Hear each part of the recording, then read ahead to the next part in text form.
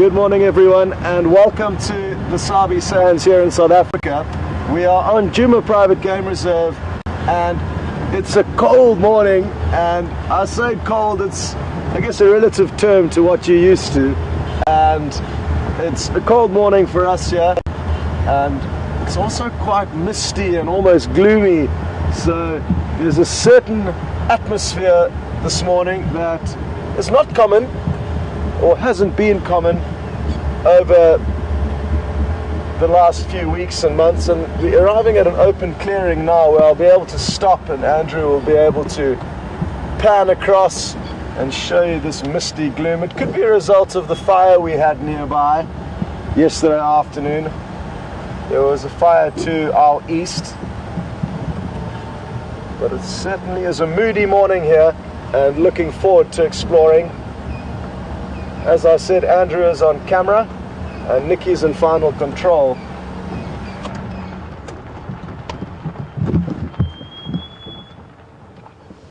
We've got a herd of impala here. There very often is a herd in this area. And it's a beautiful morning, as you'll see, and you can see that mist that I'm talking about. But like I said, it could just be low-lying smoke. Absolutely beautiful morning though.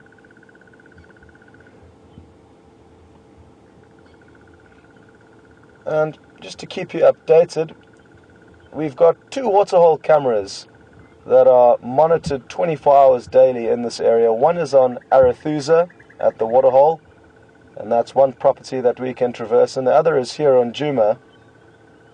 And both waterhole cameras have some interesting information for us from last night, both regarding lion. There was a large pride of lion rather that was seen yesterday with Mark on Arathusa, called the Salala Breakaway Pride, and they were seen this morning, and I think around 4:30, a couple of hours ago, heading off from the Arathusa Dam. And we've also got an update from the Djuma waterhole camera saying that there was a male lion that headed past, and I think he was heading south over the dam. So good prospects of lion in the area. Just going to chat with Lex, who's a guide on the radio now. He's calling me. Go ahead, Lex. Via tele-access sandy patch. Lex reports from the Djuma waterhole cam there was a Madora Ngala, I think heading south past the dam at 2:30.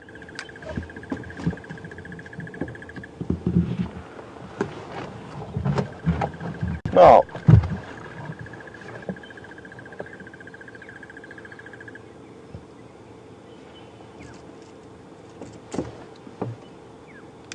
okay, copy. Thank you. So there is one male impala that Andrew has stopped the camera on there. Copy, thanks Lex. Sorry, I used the wrong radio there. We've got 2 radio receivers. One is so that we can communicate with the final control here at Djuma, and it's Nikki who's in the final control, and she'll be relaying questions to us. And if you would like to send questions, you can do so by hashtagging Safari Live on Twitter, or you could send an email through to questions@wildearth.tv. Just a reminder, this is a live safari, so what you see is actually happening this very second. And what a privilege it is that we can share a live game drive with you. So send your questions through.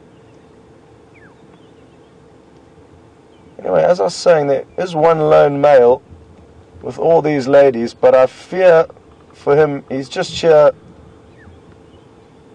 to boost his ego. It's not actually the rutting season yet, but it is coming soon, so we will expect to see a lot of male impala fighting for the rights of these females.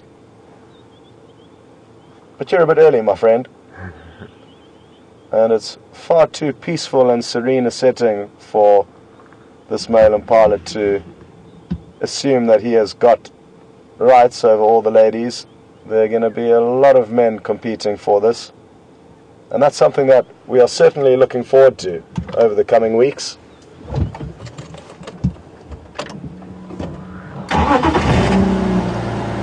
Beautiful. So just to keep you updated on my plans, I have headed in the opposite direction to all the reports of lion, and some of you may then be asking the question why, and I understand that. So the reason why I don't want to rush over to Arethusa is that there's already enough vehicles across there, and they'll all be searching and eager to see the lion, and even when they are found, there will be quite a few standbys of vehicles that are queuing up to see those animals, and because we're far away, we'll fit right at the back of the queue. So rather than racing across there just to sit in a queue, essentially that's what it is. There's only 3 vehicles allowed in each sighting. So instead of, oh, look at this. This is an animal we haven't seen for a while. There's a few on the left also. Okay, we'll creep forward, and this is wonderful. On your way in, would you mind, Andrew, just stopping at the little birds on the right? There's some chicks if you... Oh, yes. So difficult to see, but the 2 little birds you can see in shot there are babies. Not very small, they're probably a month or so old. And those are crested francolin. There's another one of their parents over there. Beautiful birds. And thankfully now that the vegetation is beginning to thin as we head into our dry season, it's easier to see a lot of these critters.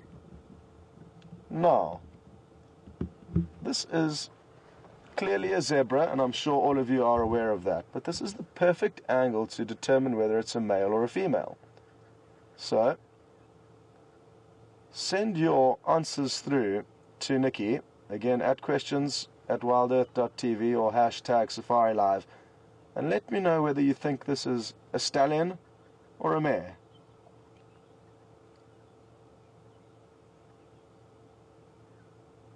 He seems to be, oh, well I just gave it away there, and I'm extremely sorry. So it is a male, and the reason why I can tell is you'll notice how his hind quarters come together and touch one another white on white. So when he wags his tail, you can see clearly his rump touches white on white.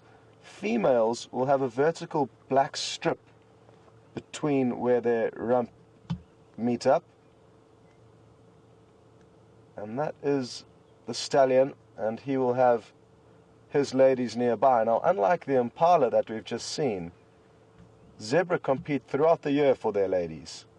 So he has a harem of ladies which he will always try and protect and also increase in number, whereas impala just have a very short period of their year, about 1 month, where they will compete with one another for the ladies.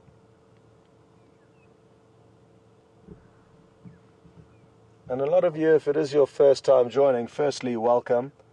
And secondly, you might be wondering, well, surely it's not too much of a surprise to be seeing zebra here on a safari in Africa. And it actually is, depending on where you are on safari. Different animals may be more common than others. And this is an area where the zebra are not hugely common. And that's because the vegetation is too thick. There's not very many open clearings. And as you can see, they like feeding on grass, and especially short grass. And that we don't have too much of. So naturally, they go elsewhere. So how exactly would it work? Because a male will have a harem and then offspring from there. So if there's daughters from that harem, then other males will have to fight the father for the daughters. Is that how it works? Or? Well, yeah, that's a good point. I think how nature would work that out is that a male would only be dominant for a period during which his daughters would not be sexually mature, and it would probably be overthrown by another male by the time that they do become sexually active. Okay. So during that probably I'm guessing it takes 4 years for a zebra to become sexually mature, a female. I could be wrong, but that is a guess that I would hazard.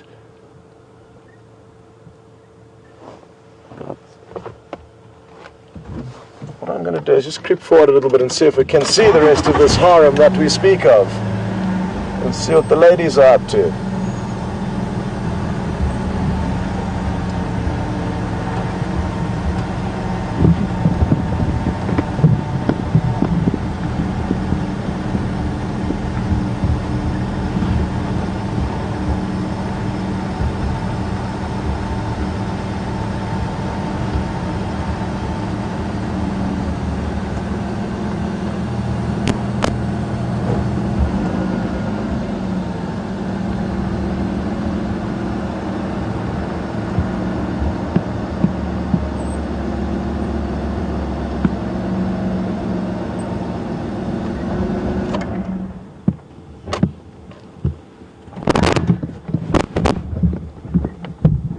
Oh, don't run away.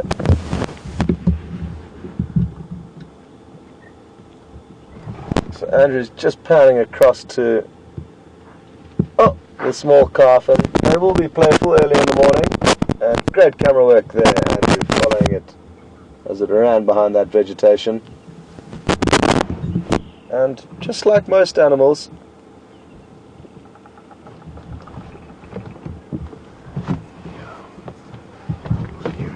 okay folks, apologies, our microphone seems to be causing a little bit of trouble. So Andrew is going to try and tweak things, but it may require us to turn off the broadcast temporarily, but we'll just see how the little tweak that is done now works, and apologies for this. I think it should be okay now. Good. Well, here comes the stallion, and this is going to be beautiful. He's going to be walking across the road right in front of us.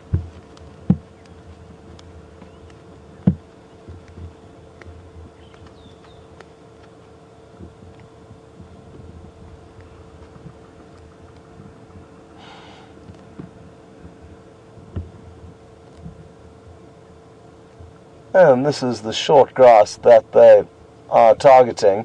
Ideally it would be green, but winter is a reality out here, and it is our dry season. We did have more zebra and wildebeest around during the summer months, and it does go to show, it depends on when you visit any wilderness area, what animals you might see, as it does vary through the seasons.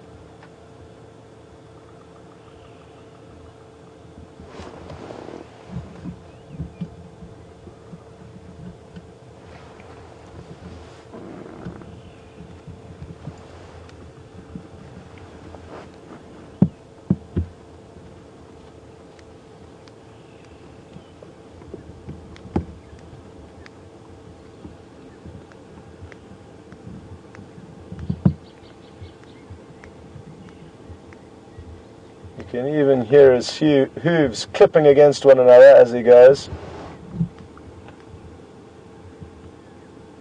And for any of you that ride horses, it would be a sound that you are familiar with.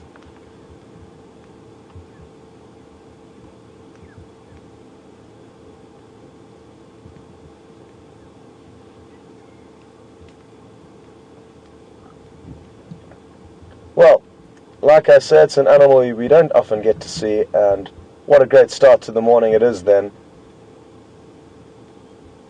Sadly though, they have headed into some quite thick vegetation, so we will leave them to it and continue on our conquests this morning.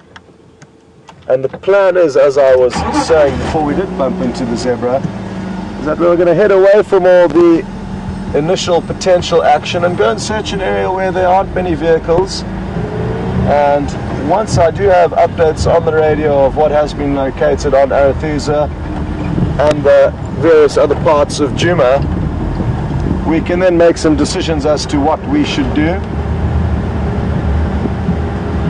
I am also hoping that the area we are searching, which is the northern parts of our property, may just provide us with another pride of lion called the Nkuhuma pride. Now, that pride of lion, the Nkuhumas, are the pride we see most often, yet we have not seen them for a long time. They've been camping out to the north of us, and the last I heard was that they were trailing a herd of, oh, the zebra have popped out. What a bonus. So I thought they were gone, and hopefully now we'll get some visuals of the young foal, which is closest to us now. Oh, and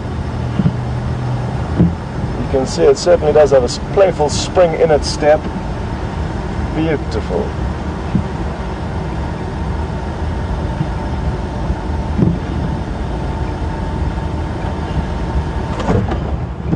It's charging us.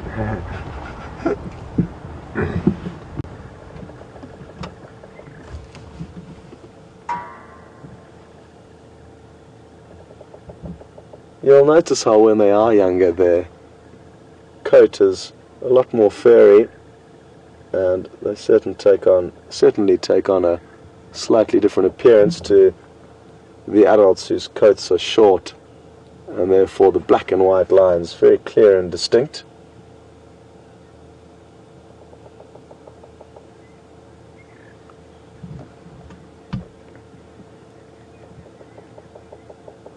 I can hear a woodpecker drumming gently, and there's a chance that you can hear it as well. I am going to keep an eye out for it, because they are an animal that we so often hear but seldom get to show you. But there will be opportunities, and I am going to try and spot this woodpecker as we follow these zebra along the road.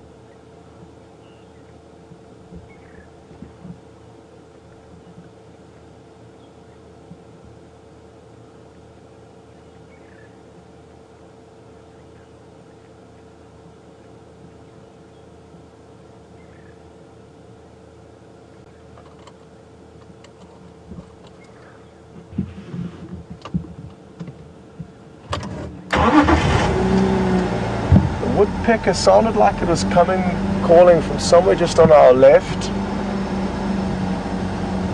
And maybe I should rephrase that. It wasn't necessarily calling, it could have been looking for breakfast, drumming quite possibly on this tree that Andrew's got the camera on.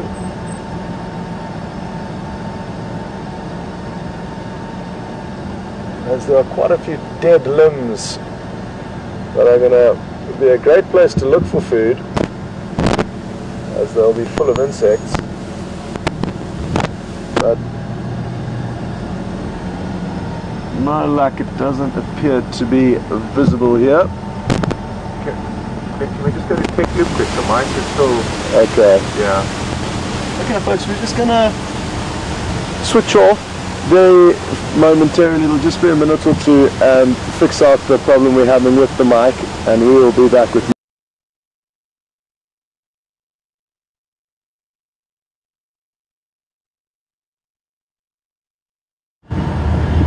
Welcome back, and apologies for that delay, and a further apology, we have not managed to fix the problem, but at least we know what it is. And basically one of the audio input plugs that plug into the camera, a few wires have come loose in there, and I guess that's from rattling around on these bumpy roads, and it is a reality out here. So apologies, we are going to head back towards camp, where we're going to have to we have got the perfect tiny little screwdriver that we need to take apart this little plug and reconnect the wires. So that is the plan, and we will take you with us, and hopefully the audio doesn't cause any problems along the way, but it is something we do need to get fixed. So apologies for that, but who knows what we're going to bump into on our way back to camp.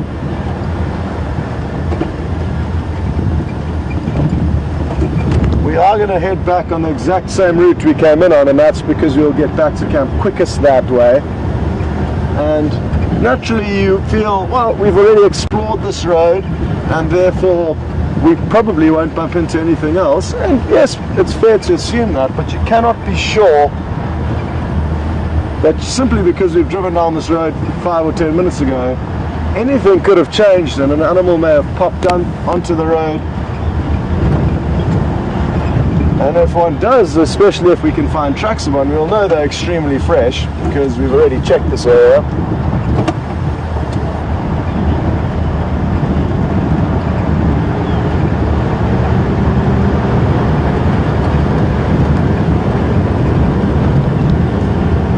I was saying earlier that it's cold this morning, and again, I'm sure there's a lot of you all around the world that are a lot colder than us right now, but what does make a difference is the fact that we're in an open vehicle, and that wind chill factor really does have a large impact on the ambient temperature when you increase the speed through which you move, or the speed you move through it rather.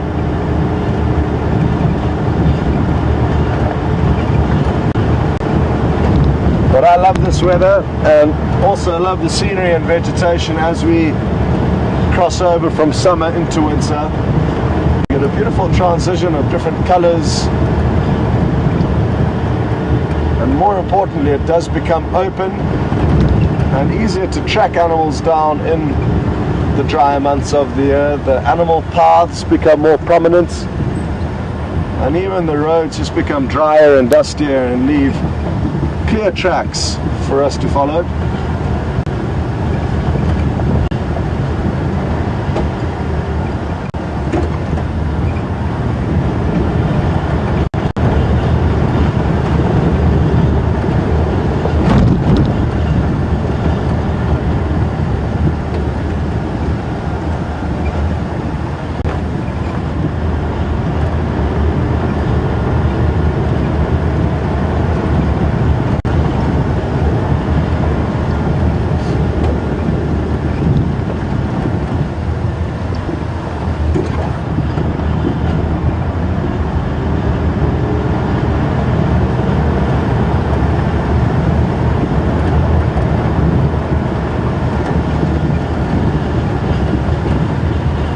I've just been listening to the Game Drive channel, and it seems like it's been quite busy. I'd switched over to, there's two different frequencies we operate on for Game Drive.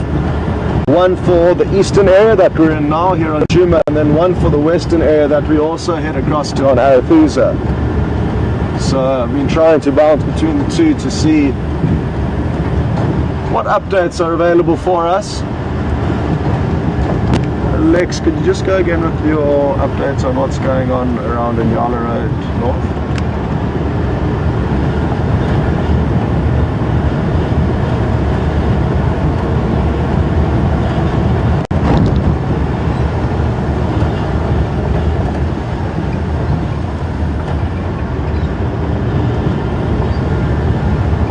Copy, thank you.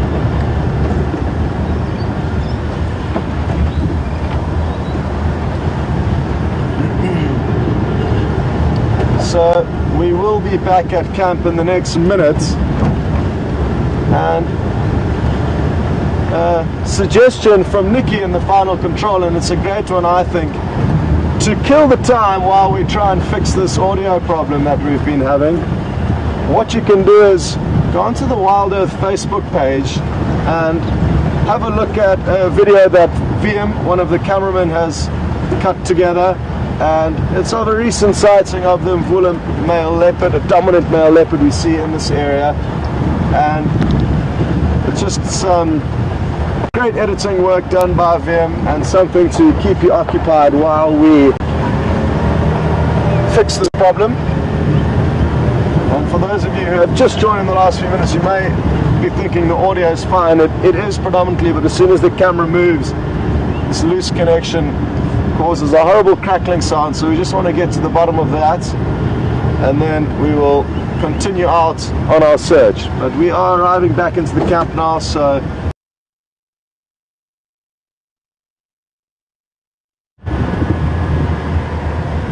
welcome back everyone, and thankfully that didn't take too long, and Andrew is confident that the problem has been fixed. Awesome, a tortoise, and we don't see many of them at this time of the year. Quickly, quickly, quickly.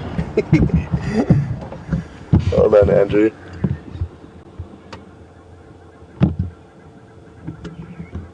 And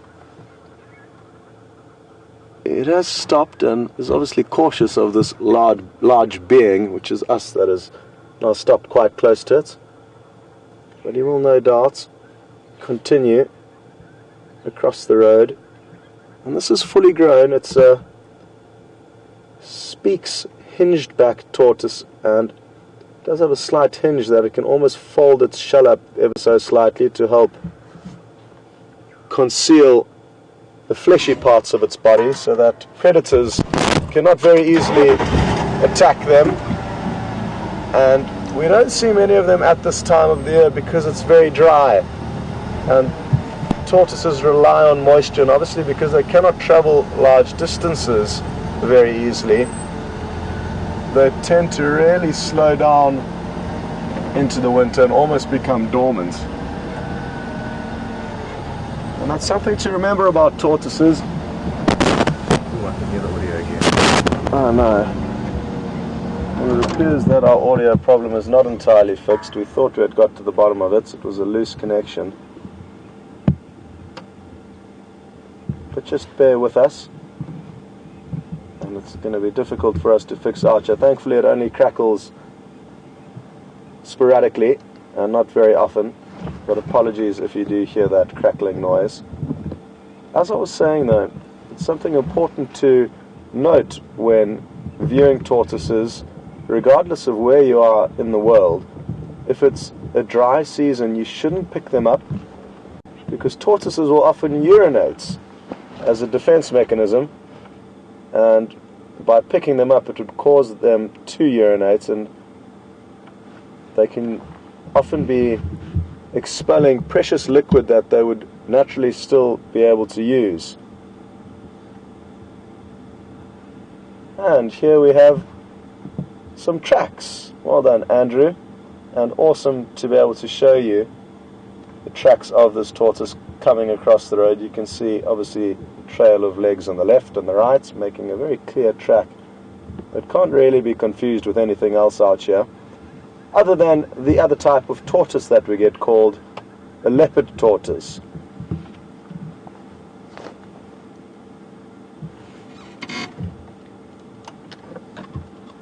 We're going to leave it to its own devices. We don't have a good view from here. And we are off to the hyena den sites. Now, to keep all of you updated, we haven't seen the hyenas at their den site for quite some time now, and that's for various reasons. There's been lots of other great sightings going on that have dragged us away from the hyena den. But also, we've just had a bit of bad luck, and whenever we go to the den site, there's nobody home. And that is normal. The adults will come to the den site daily, often twice daily or even more than that, to allow their cubs to suckle. But once they have fed the babies, they like to move off and get some peace and relaxation, because if they stay at the den site, the youngsters will pester them permanently, either for play or for food. Anyway, we're just a few moments away from the hyena den to try our luck again, and I feel that our luck has got to turn, because it's been quite some time now that we've had a view of them. About a week ago they actually moved den sites, so they've been using a den site for probably 2 months now. For the months of February and March, they've been using a specific den site that we would go to and enjoy great sightings of them.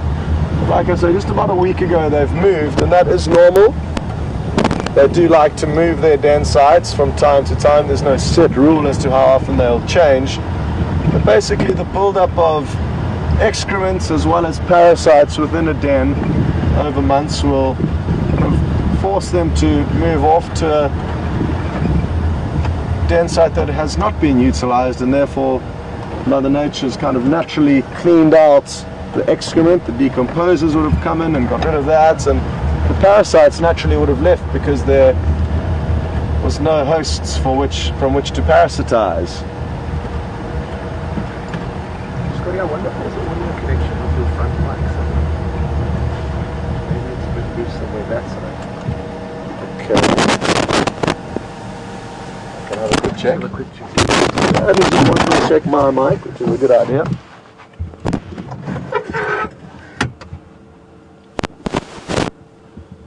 it again. Yeah. Okay. Something up there. Okay. Don't think it's could be wrong there. Yeah. Okay, folks, we're going to have one last attempt at trying to fix this audio problem, and it shouldn't take us too long. So again, huge apologies for all of the stop-starts, but Andrew has determined, I think, a bit closer where the problem is coming from. There's two different mics, one on the camera and one here. And let's just try and tweak this quickly and we'll get back to you shortly.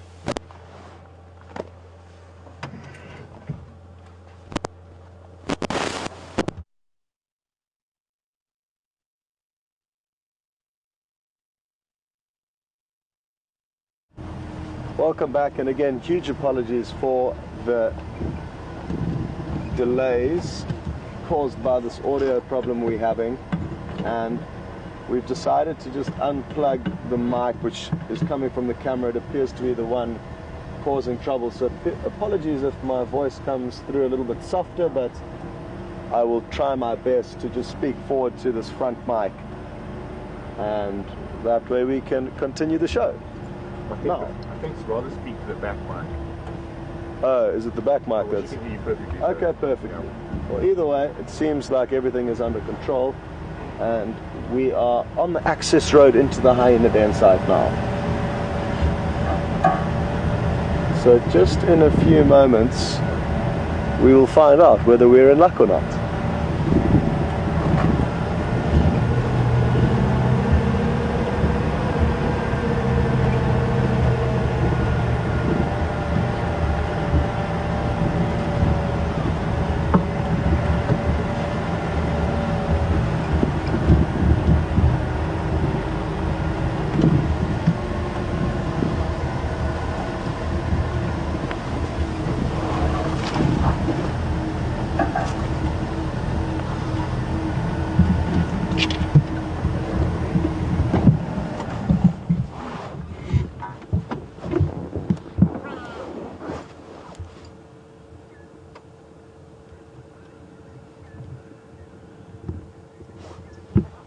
And as you can see, we certainly are in luck.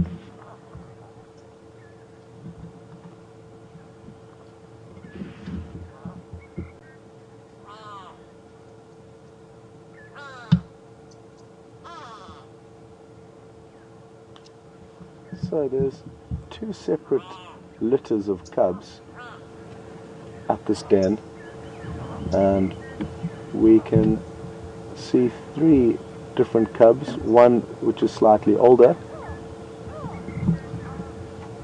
and the other two which are maybe a month younger.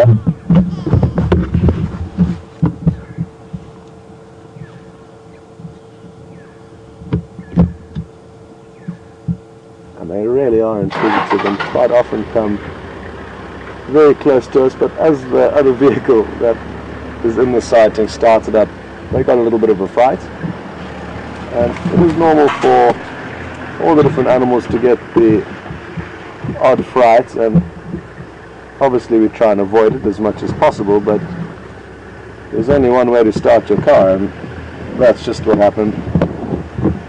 And I'm sure they're going to come out and continue to play around shortly. And what we'll be able to do now that the other vehicle is leaving the sighting is be able to reposition and get a much better view. So that's great news for us.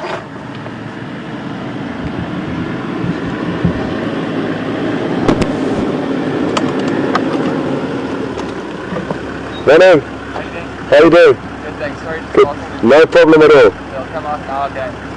Cheers. Enjoy. I'll put on the guys. Thanks so much. Have a good morning. Shame. So Is your front mic? It's not working. he was very apologetic for chasing the cubs away, but as you can see, they've already just poked their head back out again, and we're going to now reposition and enjoy some time with these interesting creatures.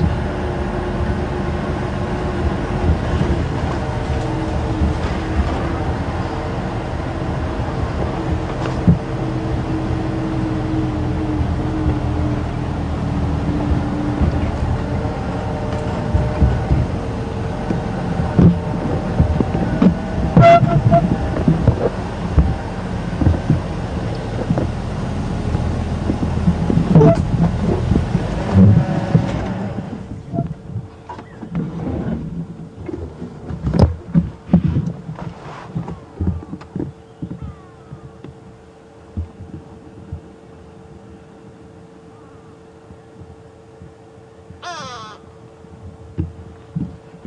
you may hear some birds calling. Those are go-away birds.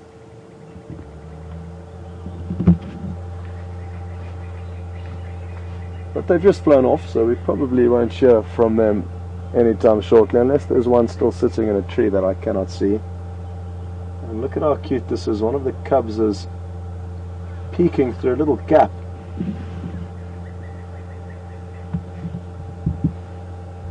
Between its mother's legs and just keeping an eye on us.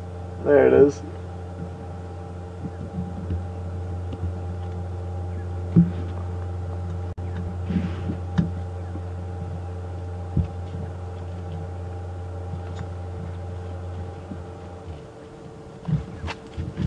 And they really are inquisitive and often come very close to the vehicle, and I think they may well do that shortly.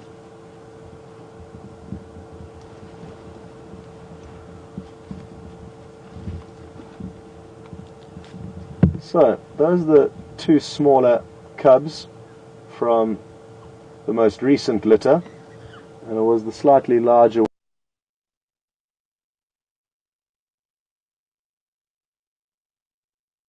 Them in the same shot. There we go. The slightly bigger one's coat is considerably different to that of the younger ones. They would have been born pitch black, and at around 3 months of age they start to change their coat coloration to a more spotted one, and this, the larger cub, has got a considerably more spotty coat than its younger cousins.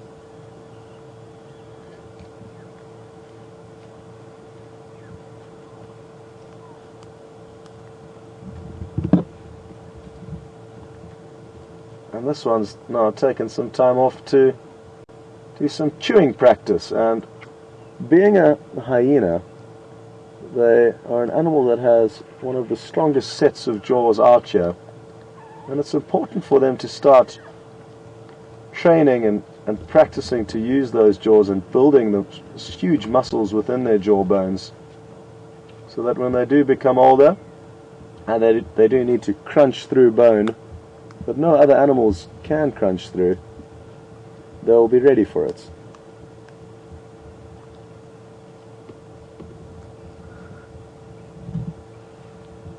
And even this other youngster here, you can see, is also looking for something to chew on.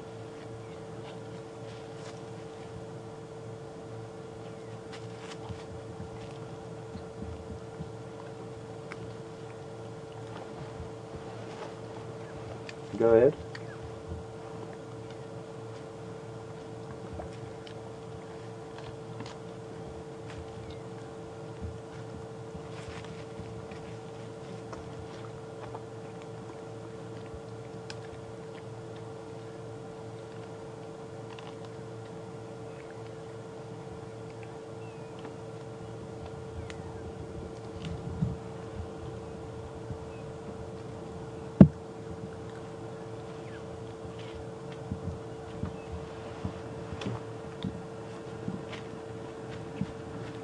What's interesting to note with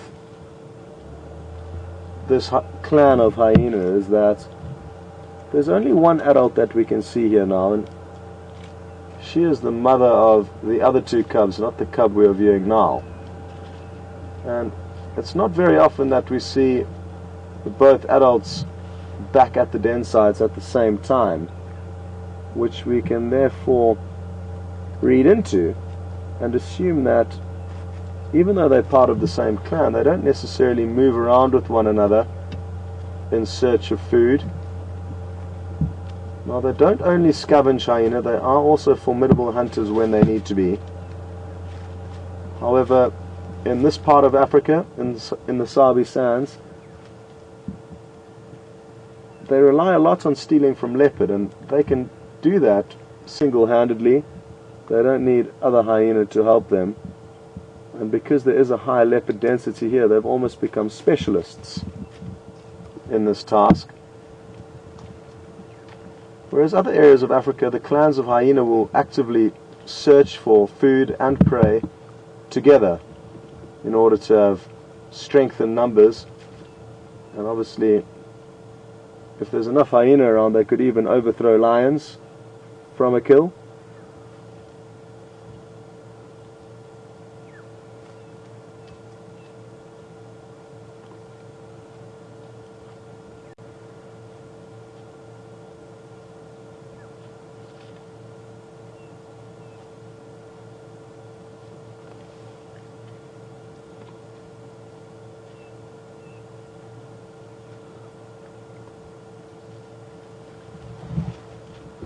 Let's see if I can get an update from the guys on Arathusa and see if they've had any luck in locating the Salala breakaway pride of lion that was seen yesterday afternoon with Mark.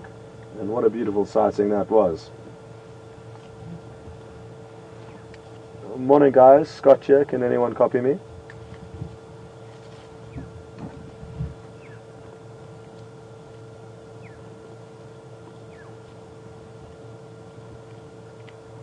Sadly, we're a bit too far away to get an update from them.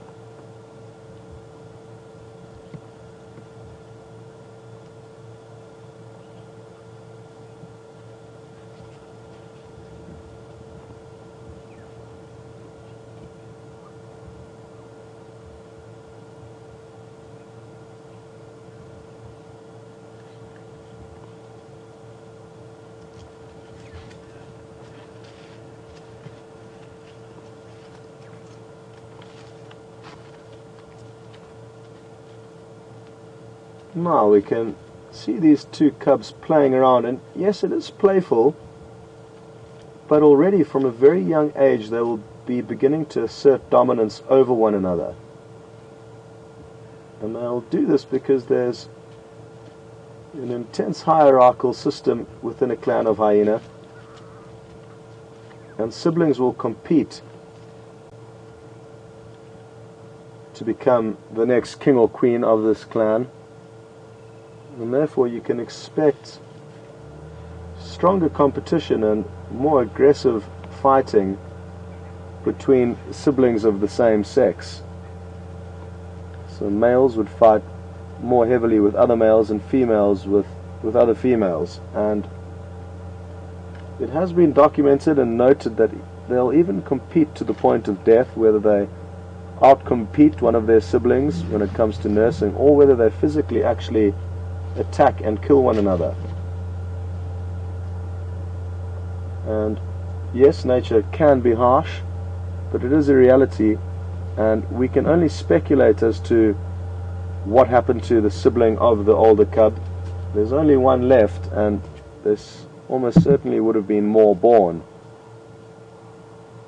So it would be interesting to know what happened to that one's brother or sister. Now, what can be difficult is sexing hyena. They both have very similar looking appendages, and therefore it can be difficult to determine whether hyena are male or female, even when they're fully grown.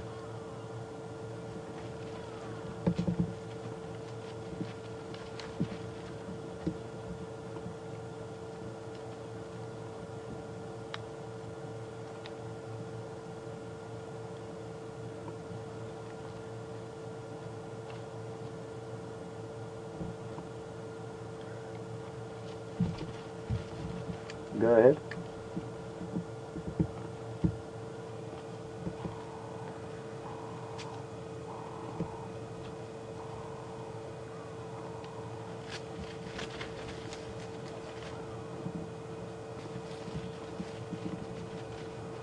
We've just got a question through from Siberia, who's one of our zoomies, and a zoomie is somebody that controls the live cameras that are positioned on the water holes.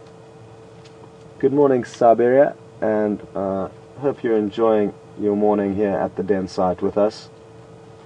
Siberia is interested to know how best to distinguish or tell apart different hyena that we see on the property, whether it's the notches in their ears or scars on their faces, and I can't think of any better way to do it than that.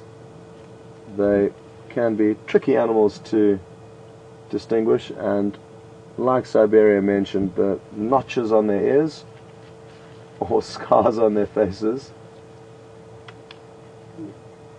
would be the best way to distinguish them. And that, coupled with areas that they move in, obviously they can move huge distances, and they do, but you can begin to kind of get used to certain hyena moving through specific areas. So that can also help us. The territory that we're in can help to guide us in the right direction of what hyena it may be that we're looking at. But we don't know enough about them, and you'd have to do some full-time serious research to get to the bottom of how the clan systems work.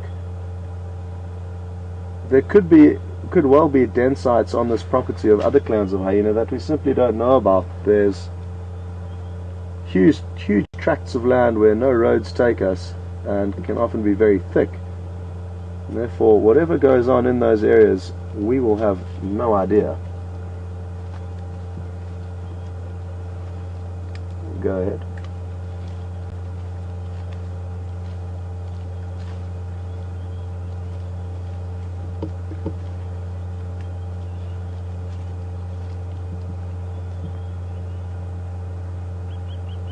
Just got a question through from Marianne in Boston. Good morning, Marianne. And Marianne's interested to know whether these cubs will still be relying on the milk from their mother, or will they be able to go out and feed on some meat, or will the adults bring back anything for them to feed on? And it's a great question, because hyena are quite unique with regards to their upbringing, and they will be solely reliant on milk for up to a year, and sometimes even over that period. And when you think about it, it kind of makes sense. So let me explain why. Hyena do live a kind of highly confrontational lifestyle, and even if they are hunting for all of their own meals, which in some areas they do, and it's actually been documented that lions will steal from the hyena more than the hyena from the lion. But even in those areas, they're high conflict areas where the hyena would not be able to defend their cubs from anything trying to steal their own kills. And also, when going in to steal kills from lion and leopard, it's obviously a dangerous scenario, and where you would not want to take your cub or have it anywhere near to that danger. And due to that danger of their lifestyle and the way they acquire food, this one's a tree climbing hyena cub. Oh, that is too good to be true, and well done there, Andrew. It just tumbled out of the tree.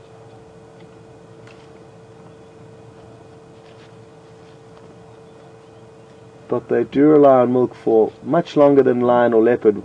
Lion and leopard of this age, probably around 3 months of age now. These 3 and 4 months of age would be my guess. 3 months for the younger ones and 4 months for the slightly older one. And again, that is just a rough guess on my behalf. But from that same age, lions and leopards will be beginning to substitute milk.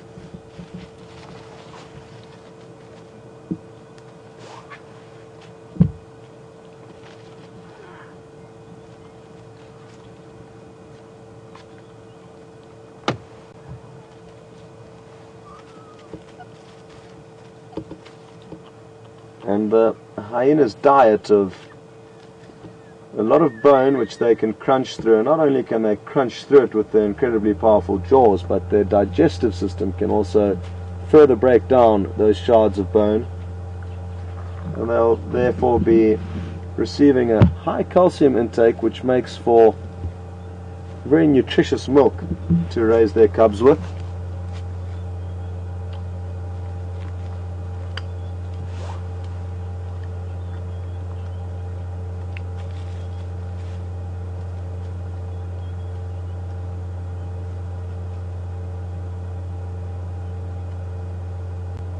And speaking of which, they are currently drinking on some of this rich in calcium, highly nutritious milk. And as you could see, there was the other cub that approached the den there, and the cub and the adult turned around and gave it one look, and then it ran off. And it's incredible how obedient young animals can be in nature, and I guess they've had a proper upbringing. You may be thinking of puppies or kittens that are a nightmare to deal with, and that's probably because they're being raised by us and we don't know how to do it properly, whereas these cubs certainly do seem to have a fairly large amount of discipline considering how small they are.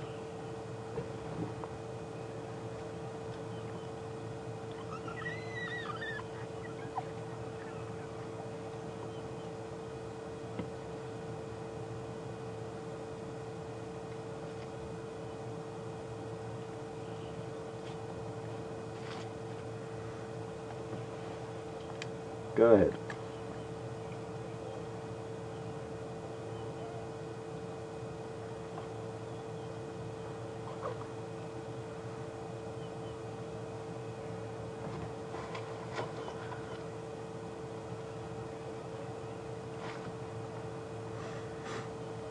We've just got a question through from Tammy.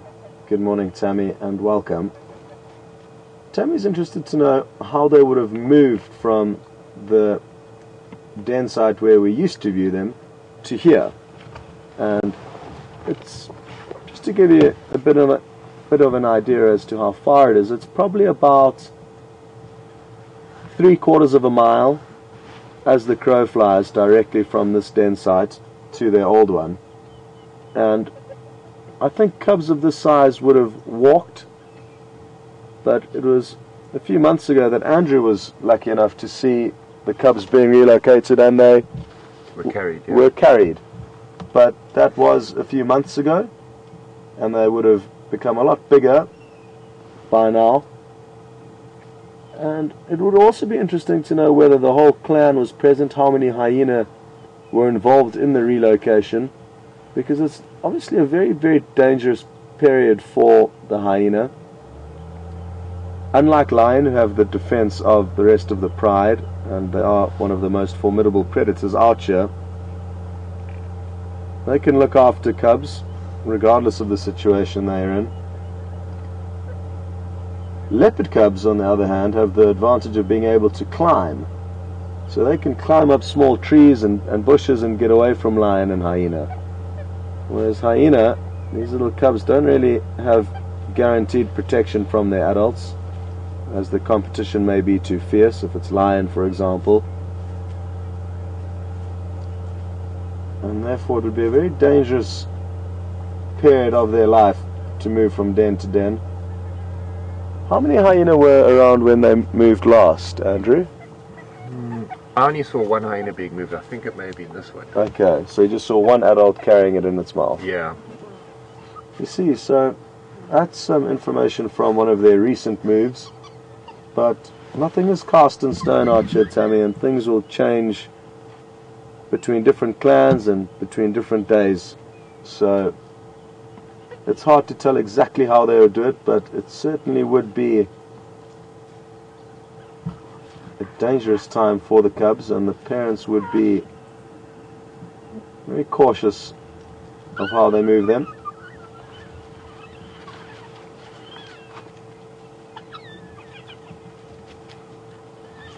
And it looks like the mother is getting tired of the cubs pestering her, and she could well move off. And this could become the end of the sighting. Although, no, it looks like she's given in to their begging again, and they get to have some more time to suckle. You can go ahead.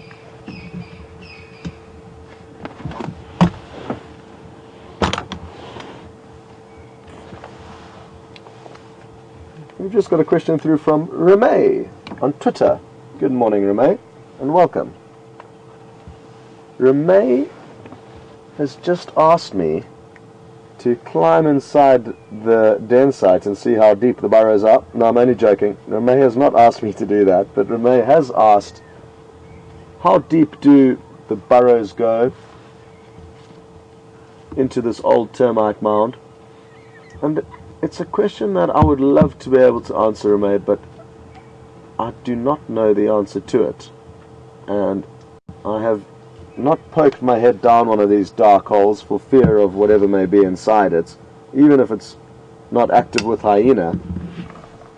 It could be snakes or anything else living down there, and therefore we can only guess. And what I will guess is that there's a network of different tunnels. There's 3 different main tunnels that go into this den. They could well all be interconnected underground. And there will also be some very narrow and small tunnels that the cubs themselves may have excavated, and therefore are only big enough for them. And that way they can keep safe. If it was one large tunnel or a few large tunnels into that den, then obviously other predators would be able to get in there relatively easily, and that would be a problem for them. And what we can also safely assume is that each den site will be different, and the network of burrows and tunnels within any den will be different from another.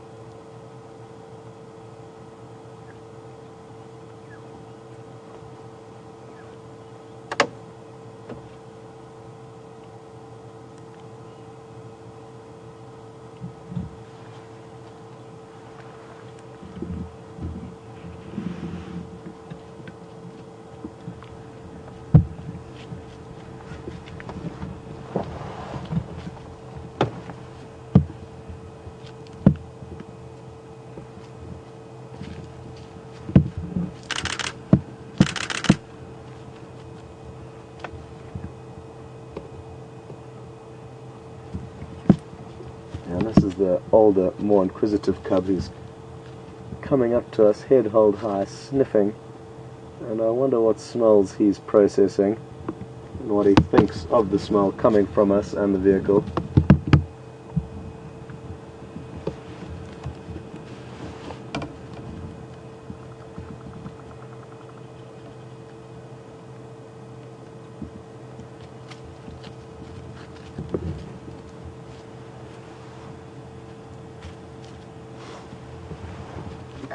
Go ahead.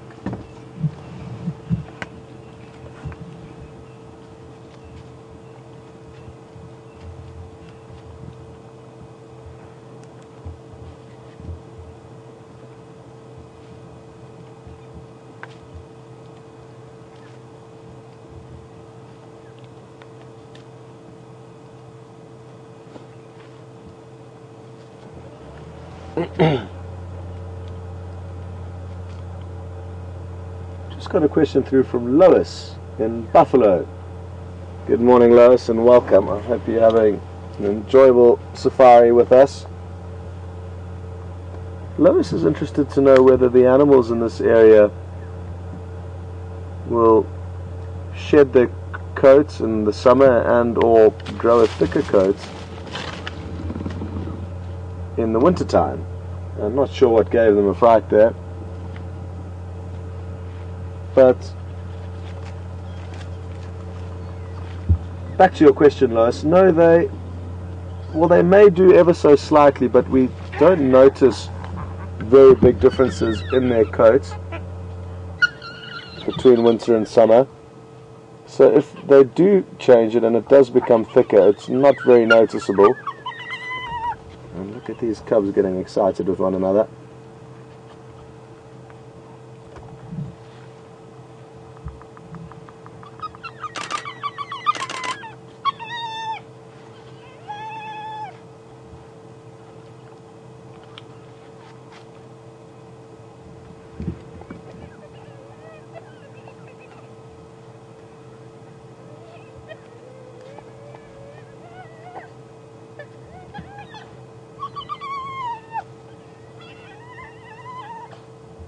Obviously one cub hasn't got a good position there, and that's why it's complaining, and it's that one there at the back.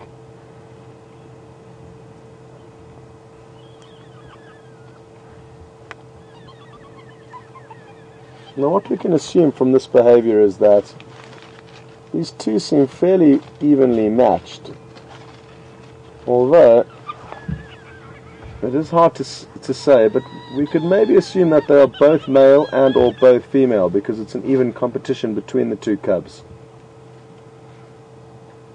If it was clearly evident that one cub was more dominant over the other, we would be able to safely assume that it's the female that is the dominant one.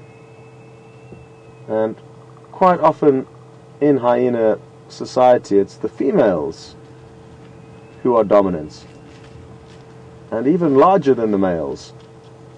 And that's the mother of the two smaller cubs just letting the older cub know that it's not welcome here.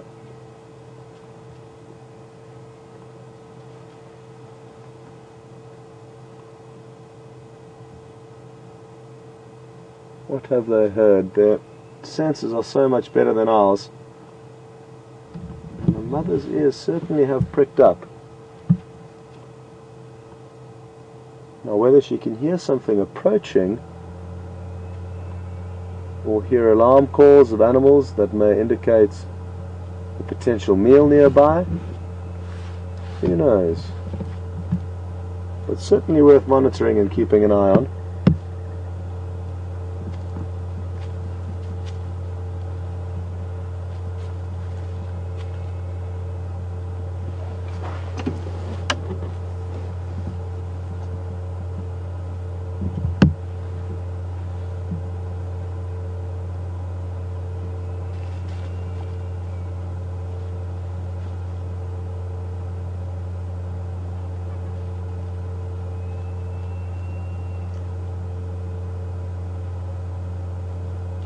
Well, that mother really has got herself into an interesting position there, with her one leg propped up above the entrance to the burrow. But it appears the cubs that were squabbling and complaining a little bit earlier have quietened down, and they obviously have got a good position to nurse from there.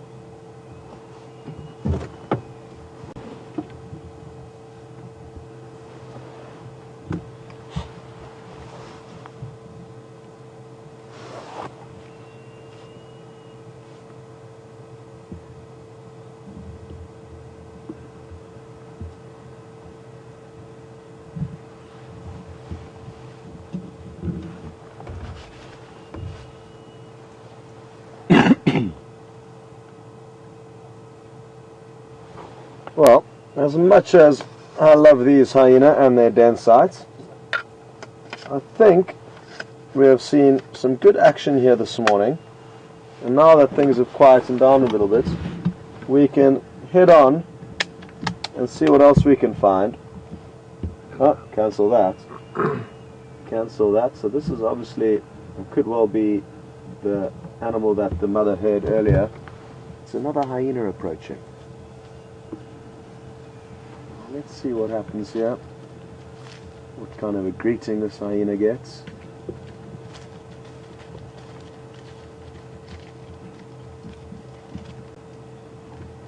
Isn't this the hyena they called Napandula?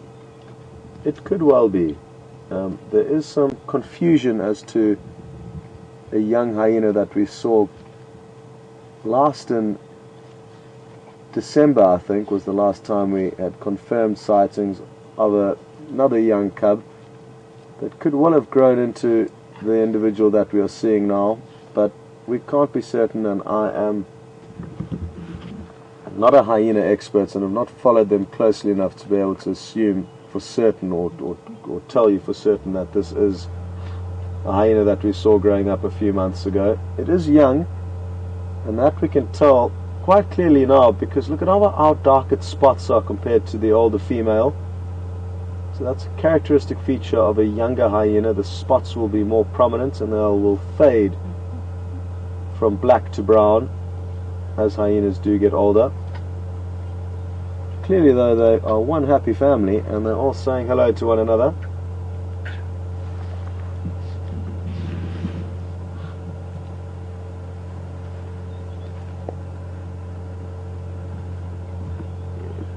Looks just like that one. Same characteristics, the way it moves, behavior. All hyena look the same to me, Is it? within reason, Andrew. But Andrew seems to think it does look like the hyena that we viewed a few months ago.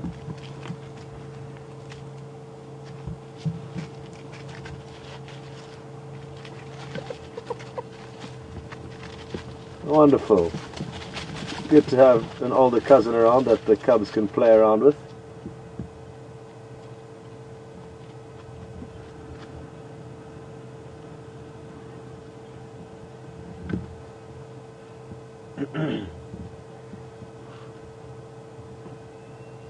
Well, I'm glad we didn't leave when we did, because we would have just missed this hyena. So lucky timing, and great to see a bit more interaction and gain a bit more insights into how the clan works. We're not even sure how many hyena are in this clan in total. I've been at the other den, they yet use different den sites.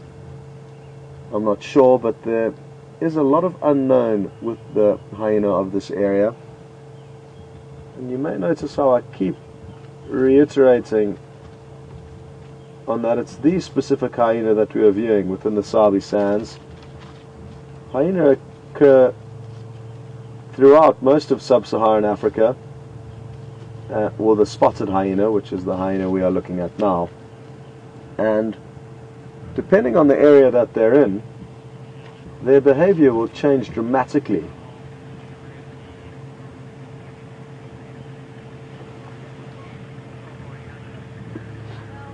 So that is something to bear in mind. I can hear a vehicle approaching. I think I'm just going to let them know that we are going to probably move out now before they come in. They're stationed on the way to the den sites. I'm going to make my way out, so if you just stand by, then you can make your way into a good spot here.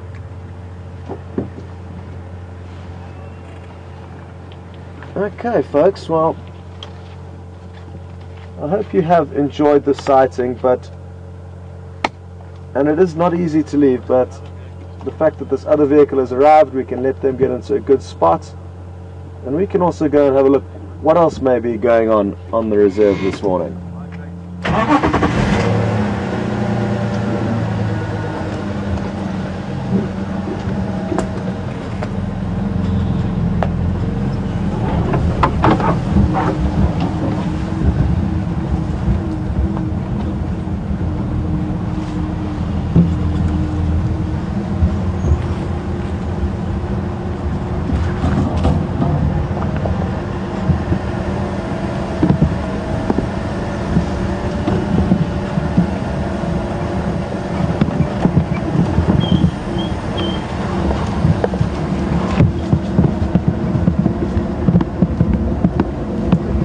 One last view on our way out, and it looks like that individual may be moving off. Morning. Welcome back. Where have you been hiding? Have you been on leave, or have I just met? Okay, cool. No, good to be back again. Good. Yeah. Any updates your side? No, nothing on the west. There's breakaways went straight south to Shirley's. Okay. Shadow name, I think I got tracks, but they seem on Greely's side. Okay. Yeah. Cool. So it looks like both Matimbas went into Mala. South, away from anywhere that we can go, and no major other updates. They had tracks of Shadow, who is a female leopard, and her cub up to the north of their property on Arathusa, but haven't had any luck finding them. And two male lions from the Therefore, no rush for us or reason for us to head across to Arethusa.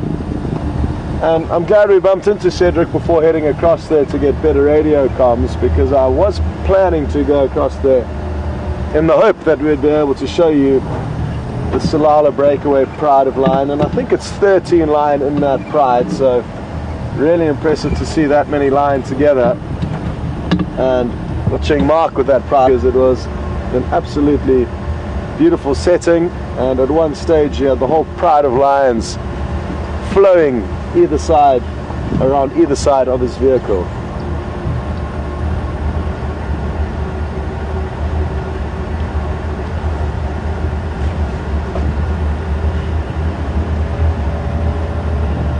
Leaving hyena lens up, one station there, still active.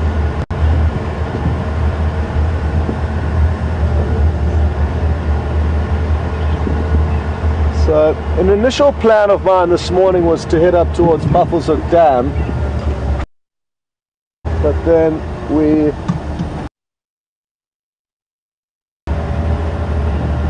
leaving hyena lens up, one station there, still active.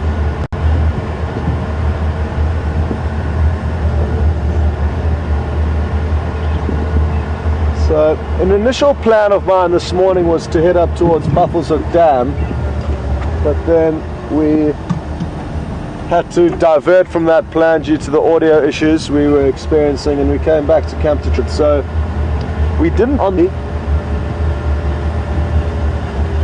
and it just depends on the time of day and your luck which waterholes will be active. But what I can assure you is that all of the waterholes are becoming more and more busy as it becomes drier.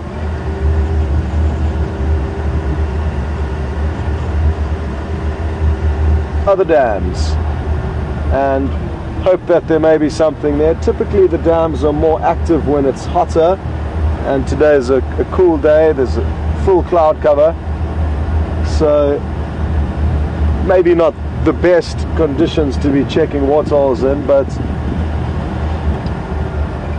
it certainly is worth heading past, and we've had some great sightings in and around a lot of the waterholes over the last few weeks. So it's a method that's been tried and tested, and we will continue to try and test it. Sightings in and around a lot of the waterholes over the last few weeks. So it's a method that's been tried and tested, and we will continue to try and test it. Other than that, there's not too many updates on this pride of line. Are still to the north of us. They are a bit too far away for us. There is, however, a chance that they could come back onto our property. They just need to come a little bit further south, and at some stage they will, and I look forward to when that happens, but there's no way of determining when that will be and or influencing when that will be.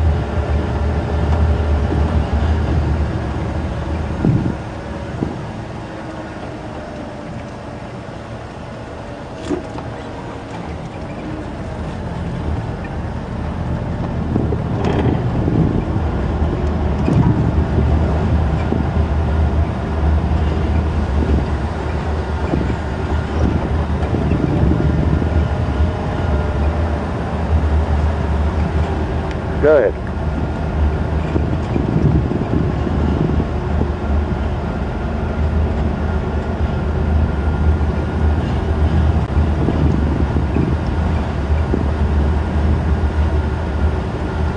Just got a question through from Lev in Brooklyn.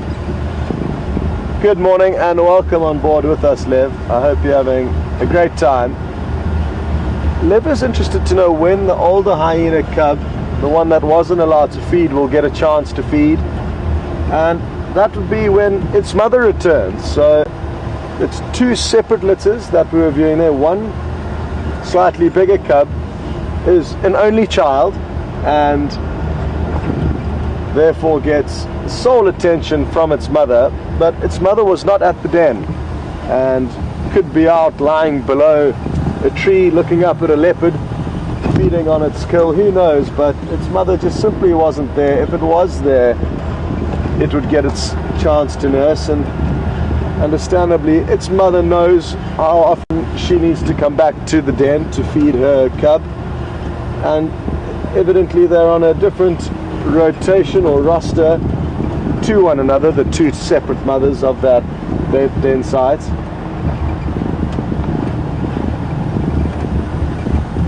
But you certainly don't have to worry, the cubs are strong and healthy and are getting fed just as much as they need to be.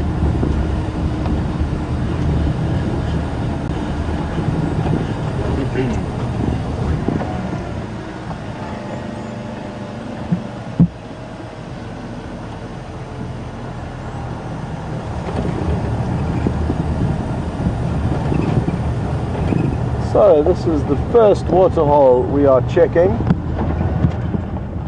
and at first glance it appears that there's nobody home.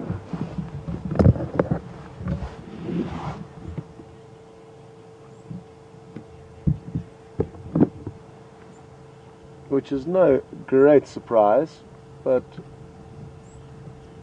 worth just stopping for a second or two to make sure there's no leopard lying around in the shadows. Their camouflage is so good at this time of the year. They blend in extremely well with the browning vegetation. Whereas in summer, when it's very green, it can be sometimes a little bit easier to spot them.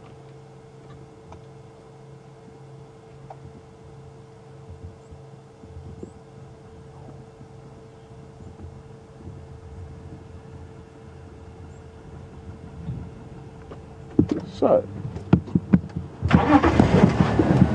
we will continue.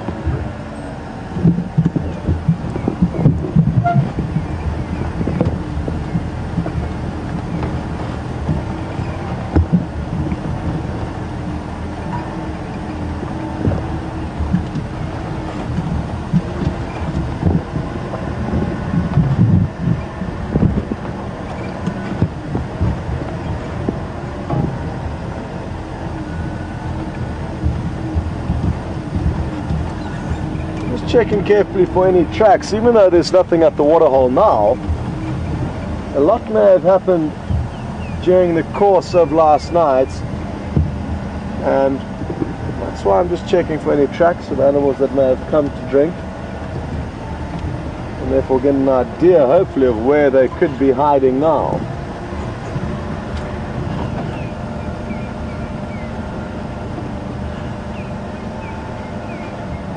There's some grey hornbills calling. Ah, there they are. But you can hear clearly. They're quite far away, but certainly worth showing you the call. At the top of the tree. Right? At the top of that, yeah, one in the gap there. Oh no, it's gone, but there's another one flying towards that tree that you might be able to get coming in. There it goes, yeah. No. I was too slow. No problem, you went too slow. The hornbill was simply too quick.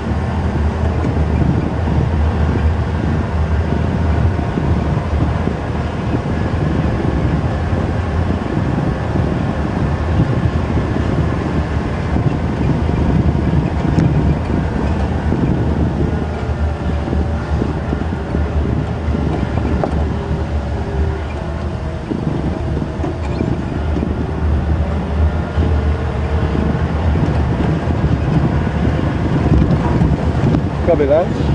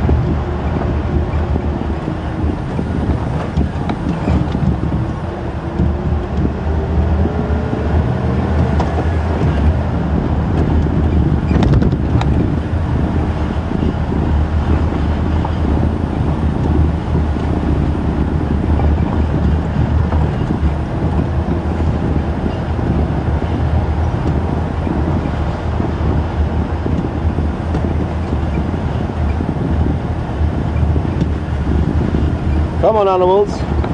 Where are you hiding?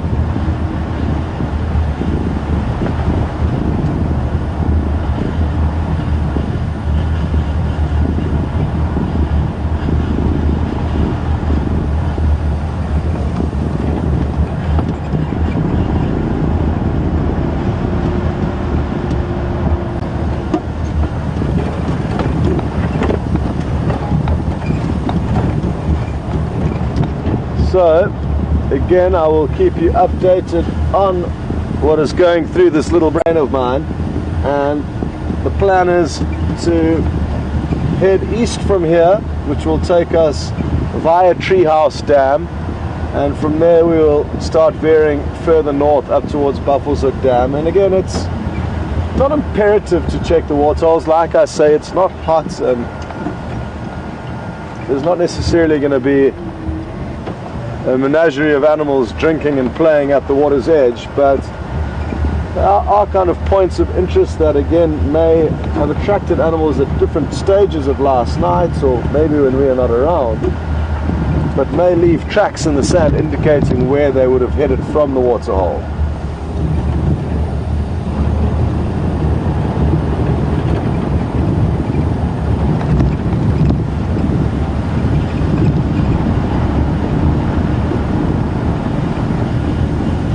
That is the rationale behind stopping at the waterholes, and they also are simply beautiful to look at even if there aren't any animals there.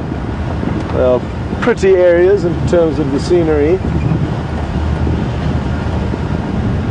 so we may as well kind of meander our course through this area, incorporating them in the plan.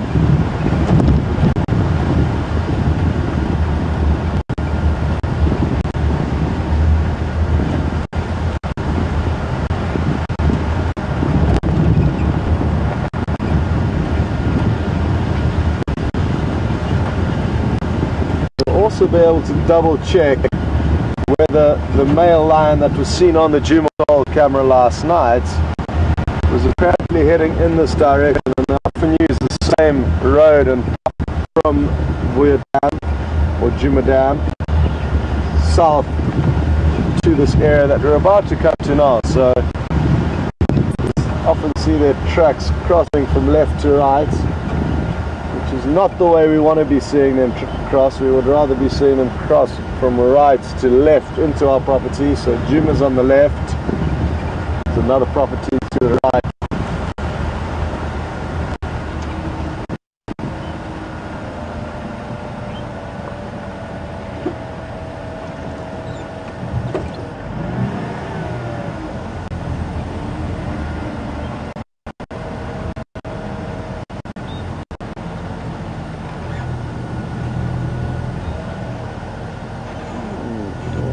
Clear sign of them crossing just yet. Oh no, here we are. not easy to see because it's overcast, but I will be able to show you his tracks crossing out of our property.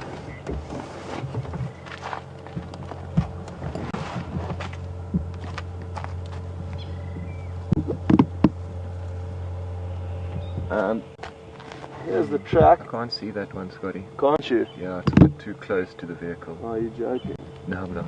Oh no. Just Let slightly. me move.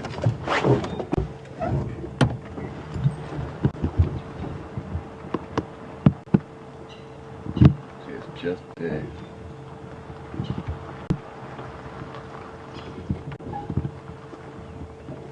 Again, it's very difficult to even see that there's a lion track there, but I will jump out quickly and show you.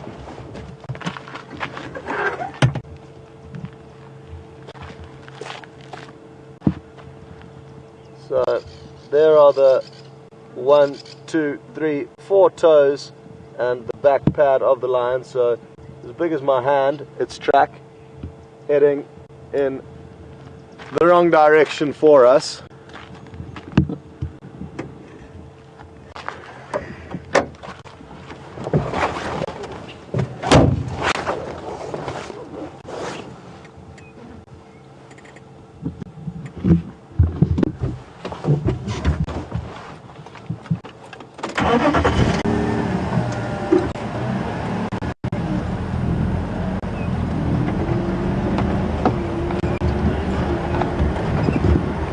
And as soon as I heard that the reports of them crossing the dam wall was from late last night at around 2:30 in the morning, I immediately cancelled him off the list, as I've often tracked them through the property and across out. Look, there's nothing to say he could have moved 100 meters away from the dam and caught a buffalo and be feeding on it, but more often than not we've experienced the same scenario with the male lion passing through our property at night.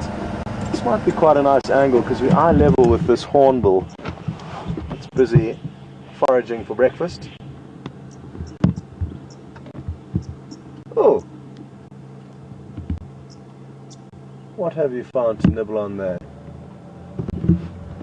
Now, this is a red-billed hornbill, and clearly you can see it has a bright red beak. The hornbill that I stopped to try and show you earlier, the grey hornbill, has a grey beak. Now there's another hornbill in this area called the yellow-billed hornbill, which has a yellow beak. Now interestingly, it's digging through a pile of buffalo dung. Now you may wonder why it would be digging through a pile of dung, but it makes perfect sense because there'd be a lot of insects and decomposers that would be attracted to this dung, and the hornbill therefore is attracted to the dung as it's in search of these little insects that may be feeding on or breaking down the dung further.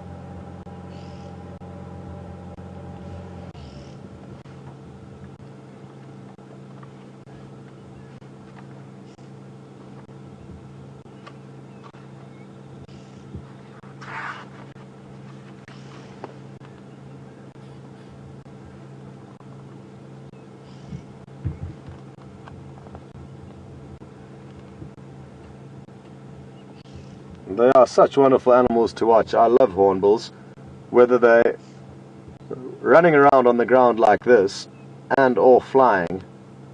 They are beautiful animals to watch. They've got a great flight pattern where they'll beat their wings 2 or 3 times and then glide downwards. So it's a kind of swooping flight pattern, which I would certainly adopt if I was a bird.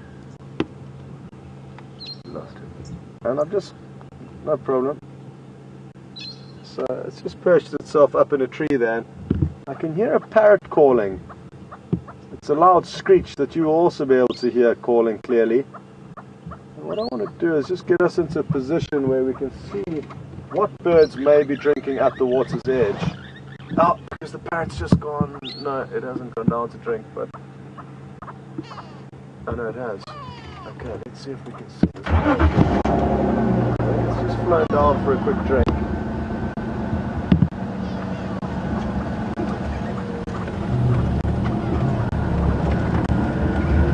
might have a great view of it shortly. Yes, there it is.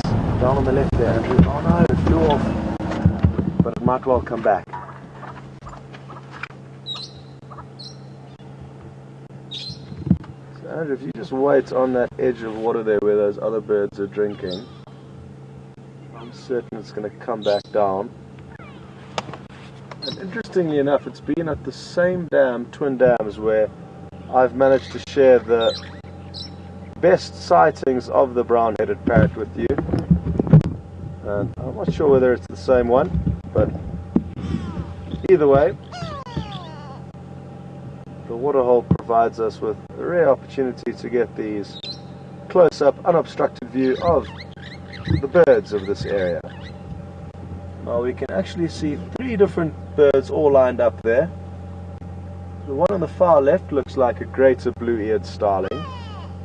Then its slightly larger cousin, the Birchall starling, in the middle.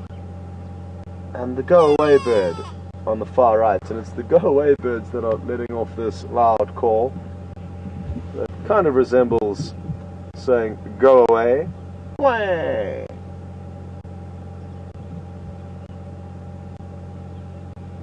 Those are the noises you'll be hearing.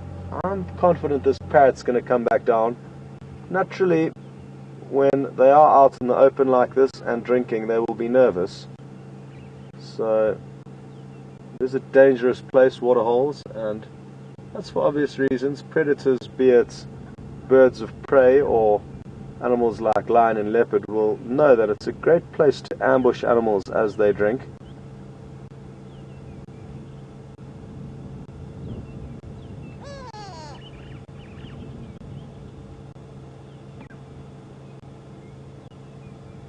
And Nikki's just reminded me of the action that unfolded yesterday morning on Arathusa, where a pride of lion, the Salala breakaway pride, caught a kudu.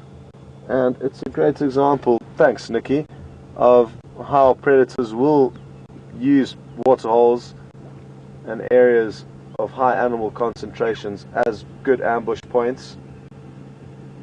And it appears that one kudu was unlucky yesterday morning and got caught out by the Salala pride of lion.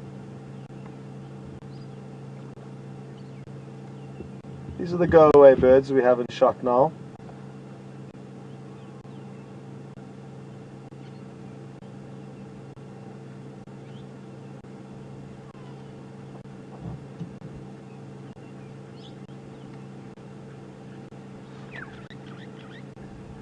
And now a lot more birds will start coming down after they've got an initial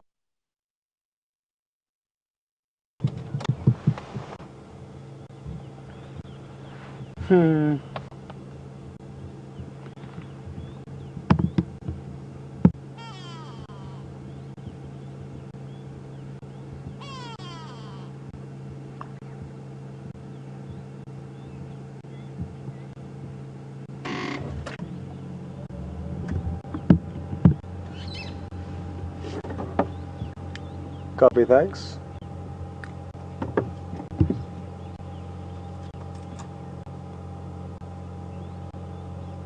Okay, well, some parrots are performers, but clearly this one isn't, and we are gonna head off in the hope of finding something else of interest. But what a beautiful stop it was here at Twin Dams, and it's also just great to spend time with the vehicle switched off, even though we didn't hear any useful alarm calls or audio from animals. In the surrounding area, by having the vehicle switched off, we certainly increased the likelihood of us hearing another animal. And I've just had a sudden change of heart, and I would like to take you down another road. There's no apparent reason, or actually no reason why I can substantiate this maneuver. It's entirely a gut feel, and I guess possibly because we haven't driven the road that I would like to take you down for a few days, and that's I talk on behalf of myself. I wasn't out for the whole of yesterday because we have been having some vehicle problems, and we apologize for that because we certainly are aware that it's more entertaining for you when there are two vehicles out as opposed to one. And the good news is that hopefully, and I will reiterate hopefully, we will have the second vehicle up and running this afternoon. It may not be in time for the afternoon drive start, but hopefully towards the end of the drive we will have both vehicles out and about exploring. The part we needed to get, we could only get from Johannesburg, which is about 600 kilometers away from us, and therefore it causes a little bit of a time delay in getting things here. But we have made a plan, and it is arriving today, and so is the mechanic to install it. So hopefully we'll have both vehicles up and running.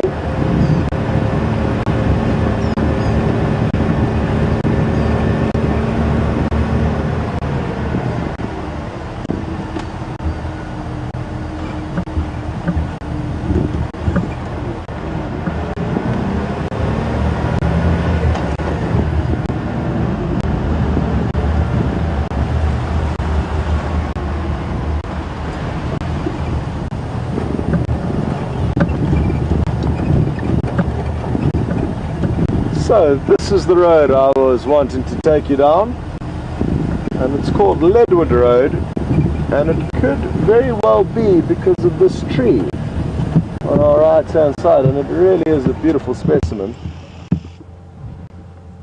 Now this is a very large leadwood tree, and possibly it grew for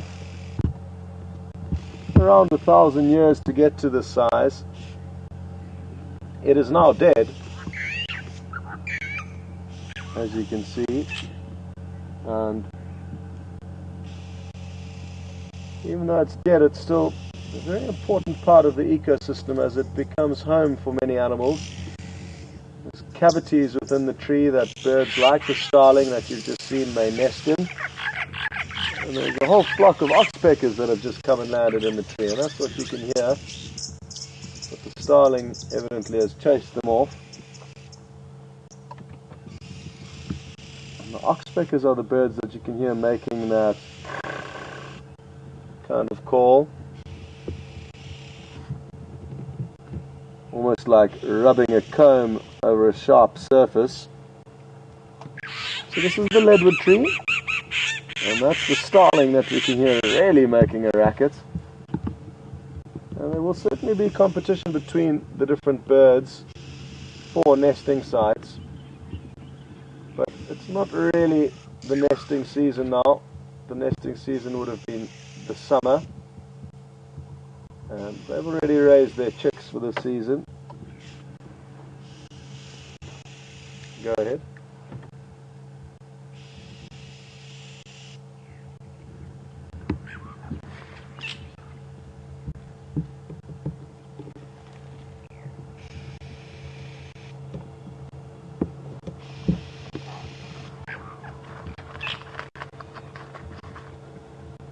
Okay, well, we've just got a request to try and show a more close-up visual of the greater blue-eared starling, which is one of the starlings we saw drinking at the waterhole.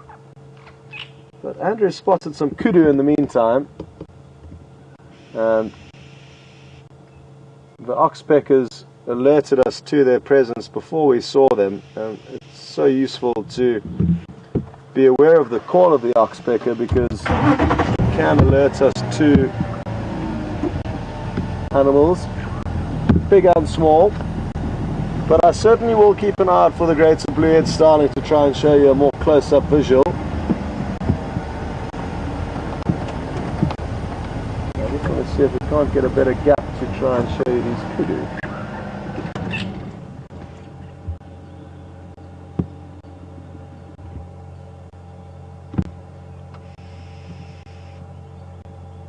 This is a youngster and would have been born just a few months ago, possibly in November or December. And there's a few other youngsters running around. I haven't seen the adults yet, and they will be around. Oh, look at how cute this is. There's a baby monkey in the tree here. And it appears to be all alone, which is a concern. I'm just going to push forward because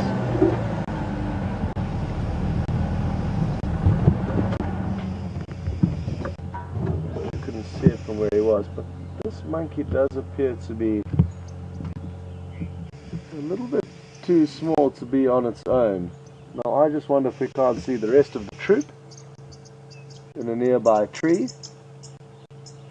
or if it is in fact stranded.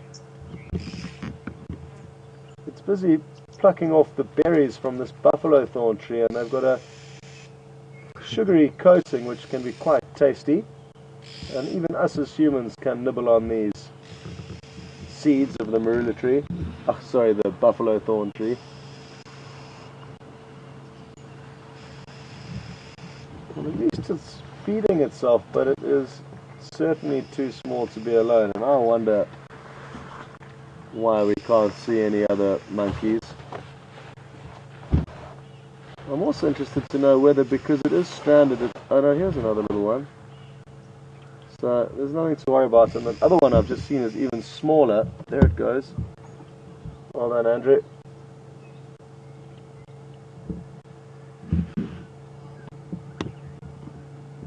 And it can be common for antelope and primates like this to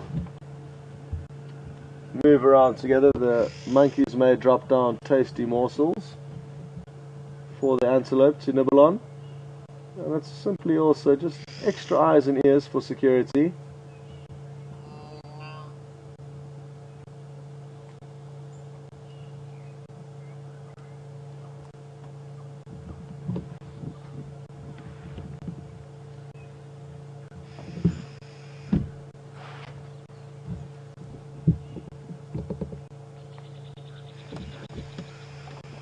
Okay.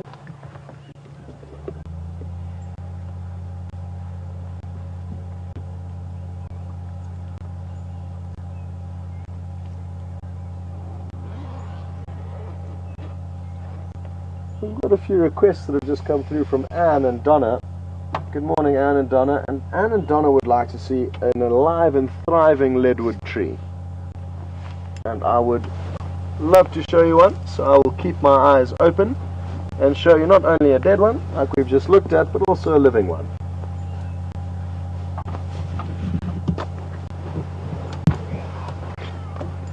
It's time to start peeling off the layers, and now that the sun is poking through these clouds, it is getting considerably warmer. Oh, well, there go the kudu. And they're all running off behind us. So that's the end of that. But the monkeys might provide us with a little bit more attention, or action rather.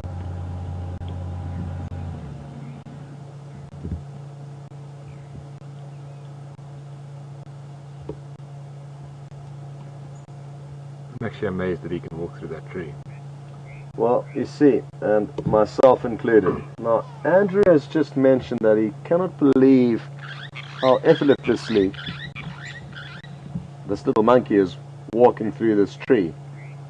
And the reason why Andrew is surprised is because the buffalo thorn tree, the tree that he's busy foraging in, is a very nasty thorn tree, and it has both hooked thorns and straight thorns.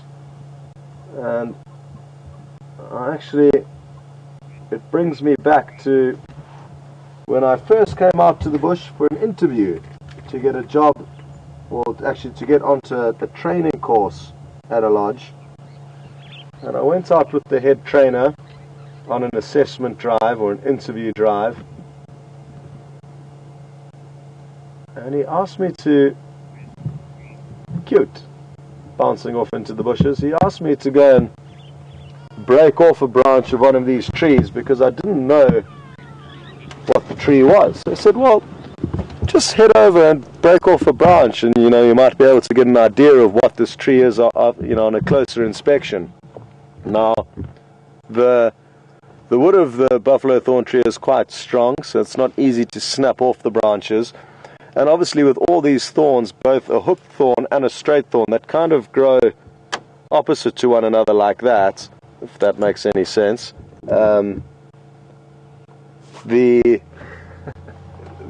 I got really tangled up in this bush, and that way I learned clearly for the first time what a buffalo thorn was and how exactly you should go about avoiding them. So what I'll try and do is see if there's one close by here that I can show you, and you'll get an idea of how thorny it actually is. And then you too will be amazed at how easily the monkey was moving through a very, very thorny bush.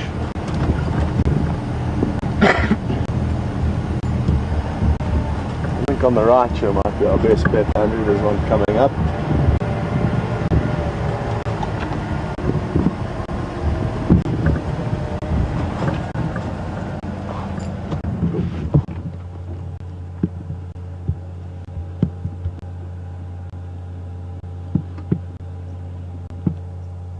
So, there you've got a good idea of what we're talking about now. There's both this very straight thorn and also the other recurved thorn, so it doesn't matter which way you're going, you're going to get punctured. I've actually seen somebody get pulled off a vehicle by the thorns and branches of one of these trees. We were fighting a fire, and there were about 10 of us standing on a trailer being pulled behind the tractor to get us into position to then go and fight the fire. And there was railings along the front of the trailer and the side of the trailer, but nothing at the back, so you could run and jump off the back and back on if you needed to get onto the trailer. And there was somebody, he was actually standing quite far up towards the front of the trailer, but as soon as we went past this tree at high speed, it latched onto his jacket, and therefore he was inside the jacket, and he got removed from the vehicle as we drove past. He was just left dangling in and amongst the thorns.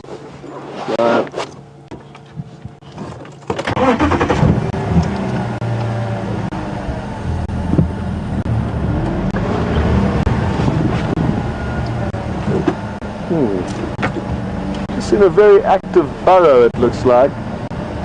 Could be home to warthog, porcupine, even aardvark may retreat down in that burrow. But just worthwhile to take note of, and now I can keep a close eye on it every time we go past.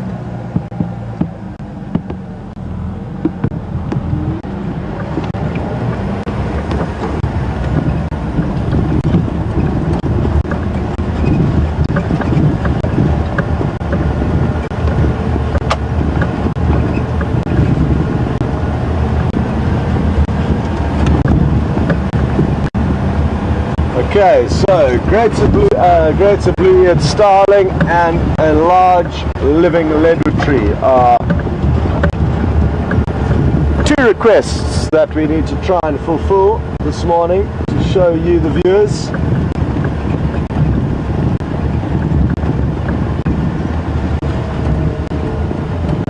The leadwood I'm confident we'll be able to achieve. The greater blue-eared starling a little bit more tricky.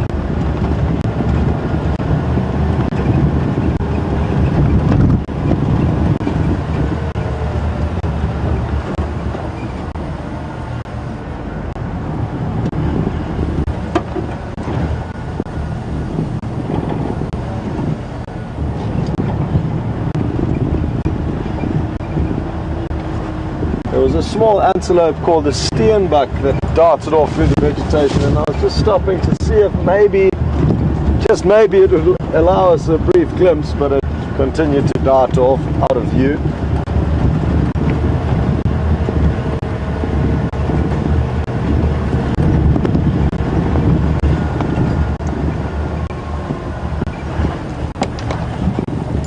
Morning, go ahead.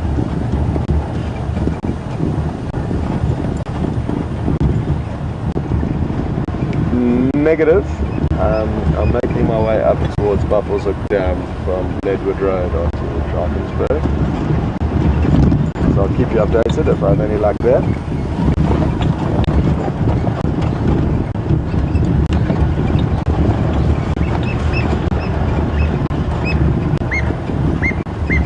Oh, the Franklin that just flew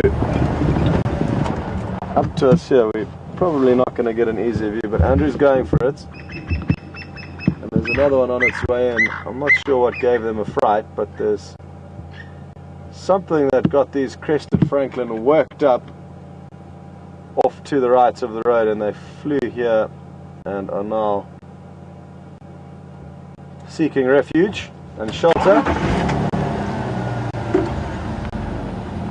So what could it have been that flushed them out of the vegetation to our right? Could have been a bird of prey, a snake, a mongoose, a larger animal like a leopard. Hard to say. It's certainly worth us slowing things down a little bit and having a careful look in the direction they came from.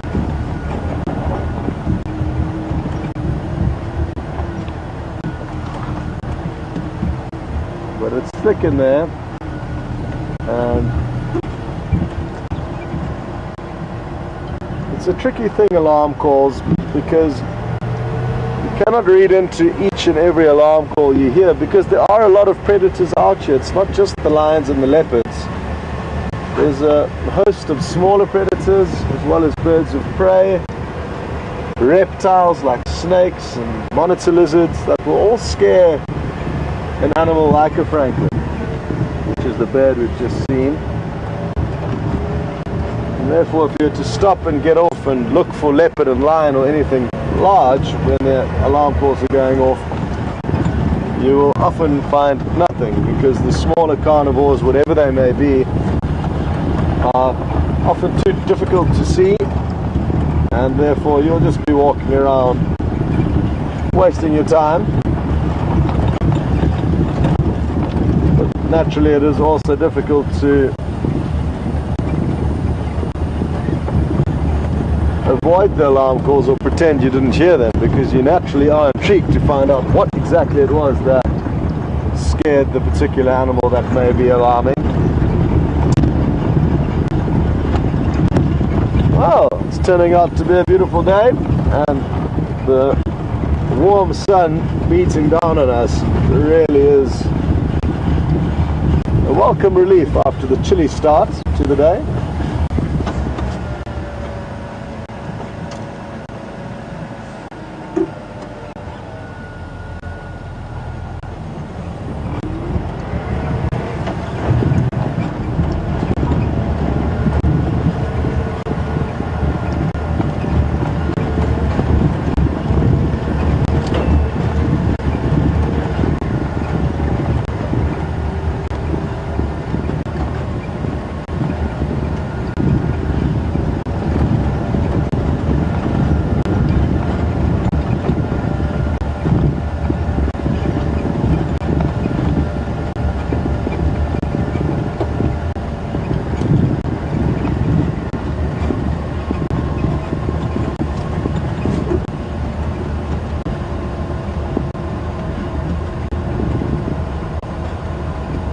Well, we've just got an update through from Shanae. Good morning, Shanae, and welcome on board with us. Shanae has thankfully provided us with some information on the jacaranda tree that we were asked about a little bit earlier, and Andrew was in fact correct. The jacaranda tree is from South America. Lucky guess. So well done to Andrew.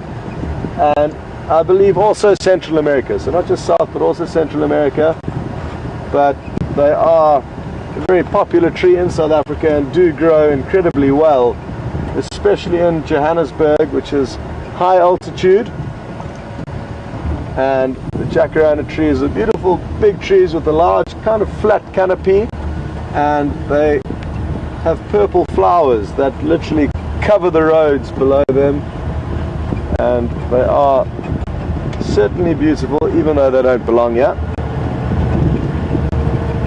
So thanks, Sinead, thank you very much for sharing that with us, and how wonderful that we can all share knowledge with one another. And thanks to all the other emails that also did come through. It wasn't just Sinead. Just found a little piece of debris there. We do not want lying around in this pristine wilderness.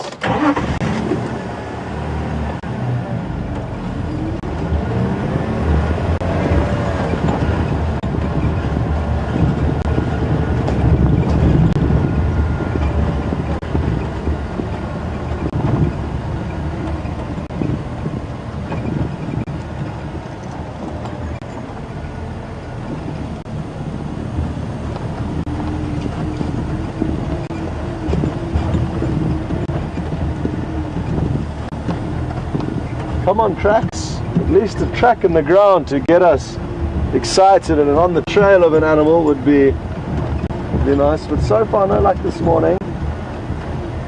No leopard tracks seen. The lion are accounted for, so the lion that we have a chance of seeing have all been located on properties surrounding us, so our chances of seeing lion are at this stage guaranteed, almost guaranteed to be zero. There's obviously a chance that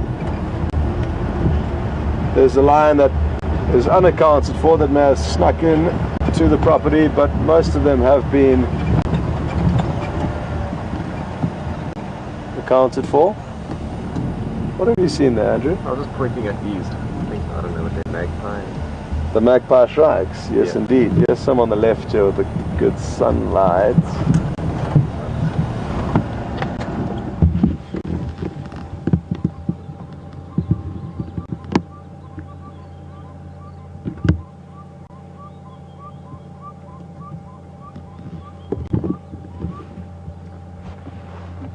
So this is a magpie shrike, formerly known as a long-tailed shrike, because they do have these long tails that you can see. This individual doesn't have a particularly long tail. I'm not sure if it's because it's a youngster or possibly because out of the breeding season the tail may shorten. They will lack the need to have a much longer tail, which will obviously be a factor that the females take into account when choosing a male.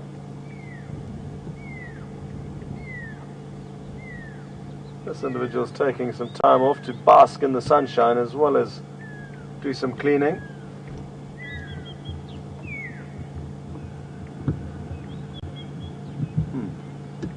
Now, I've heard a small bird called a pearl-spotted owlet calling.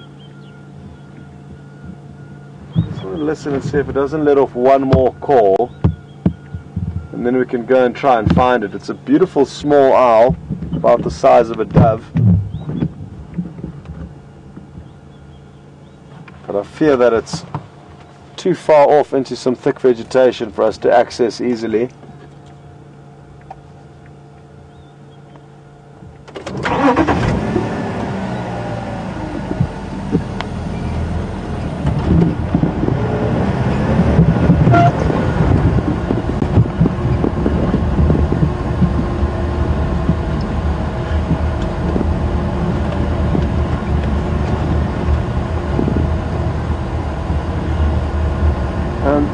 You may be wondering why it would be calling during the day if it's an owl, but you do get some owls that are actually diurnal, so they are active during the day, and this is an example of one of them. The pearl-spotted and the barred owlets, which are two small owls that we get in this area, will hunt both during the day and the night.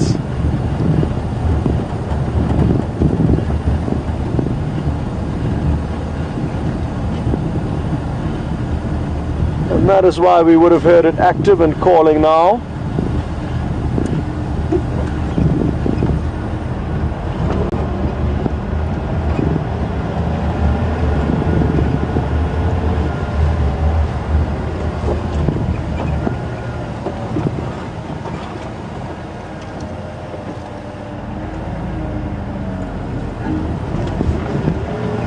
Go ahead.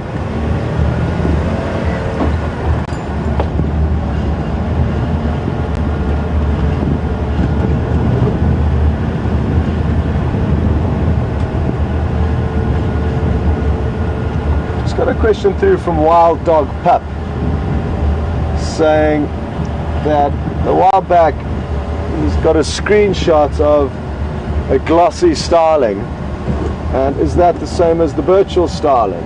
Now, it can be tricky identifying the different starlings that we get in this area, and I will therefore get out my book and show you why it does become difficult to distinguish between them. They all look fairly similar.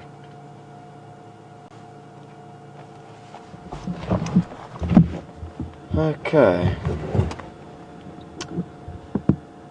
So out of the 4 starlings that we see on this page, we get 3 here.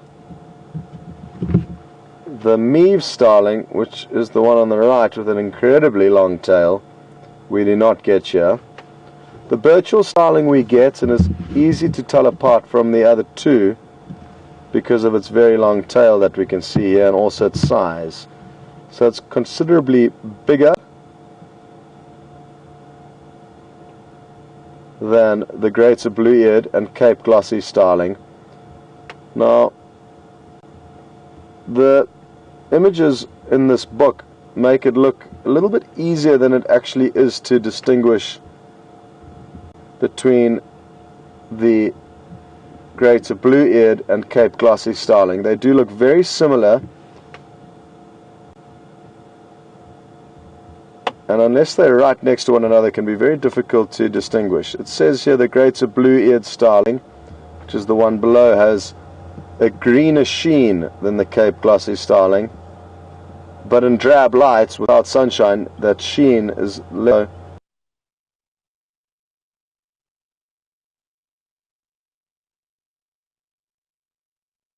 Wrong saying that it was a greater blue-eared starling that we saw drinking at the waterhole. So I will come clear there and admit that it's very difficult to tell the difference between the 2, but I have seen more greater blue-eared in this area than Cape glossy starling, and that is why I hazarded a guess as to which one it was.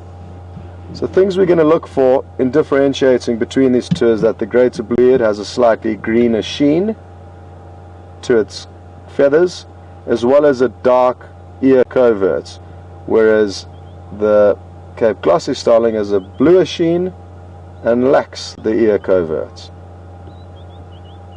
So I'm sure this will help Wild Dog Pup in determining which starling it is that you got a screenshot of, and I'd like to know if you do manage to positively ID the starling that you did get a screenshot of. So let us know, Wild Dog Pup. In the meantime, we will continue and search for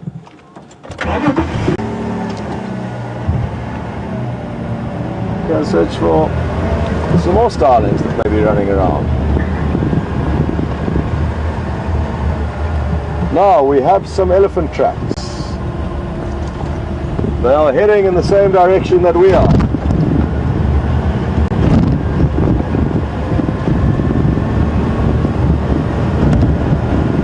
They look fairly fresh from sometime last night. Who knows, maybe we'll find them drinking Buffelshoek Dam now the sun is out, it's heating up, therefore animals will be more inclined to go and have a drink, and it may mean that our timing of arriving at Buffelshoek Dam could work out very well in our favour. time will tell, and we'll probably be there in 10 minutes, depending on what we bump into along the way.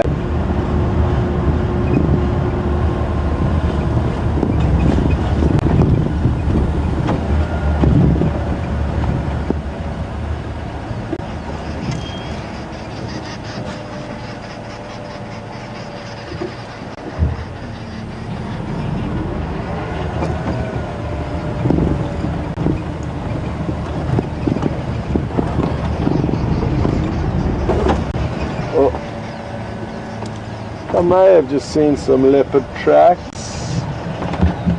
No, it's hyena. False alarm. And we're going in the opposite direction to us anyway. If it was a leopard, we may well have turned around, but I am very interested to get to Buffelshoek Dam. The elephant tracks continue in that direction.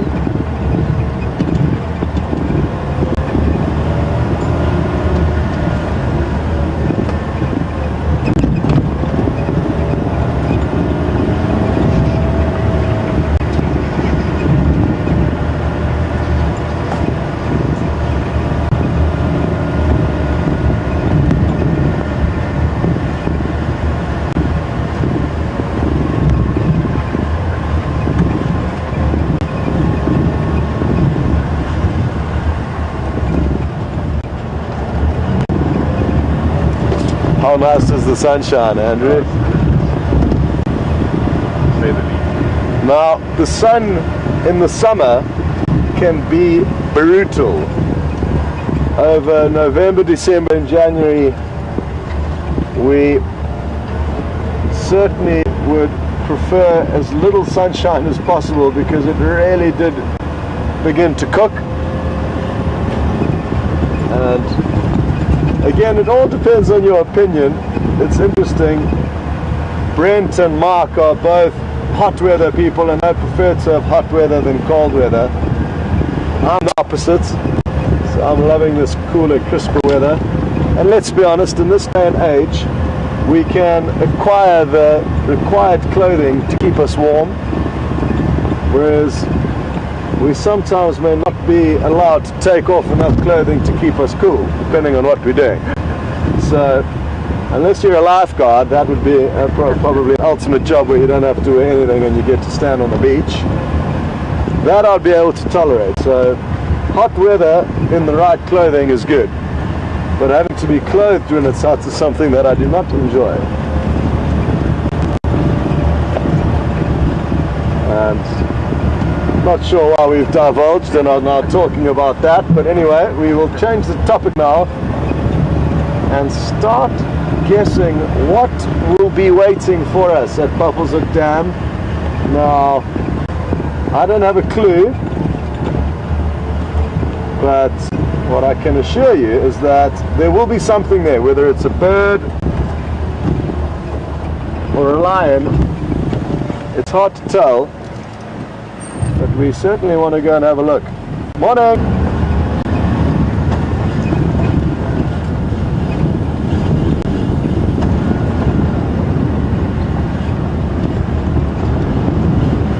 So I got caught out there. I was telling a little bit of a white lie and I said I had no idea what is there. I do have an idea, and Andrew's just left the dam and I heard on the earpiece that there are some animals there, but it was after our decision to come here initially. So that is the truth, but he's just left a minute or two ago and there are some animals waiting there for us.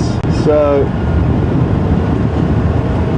you can take a guess as to what it might be, but like I say, in just a few minutes you'll be able to find out exactly what it is.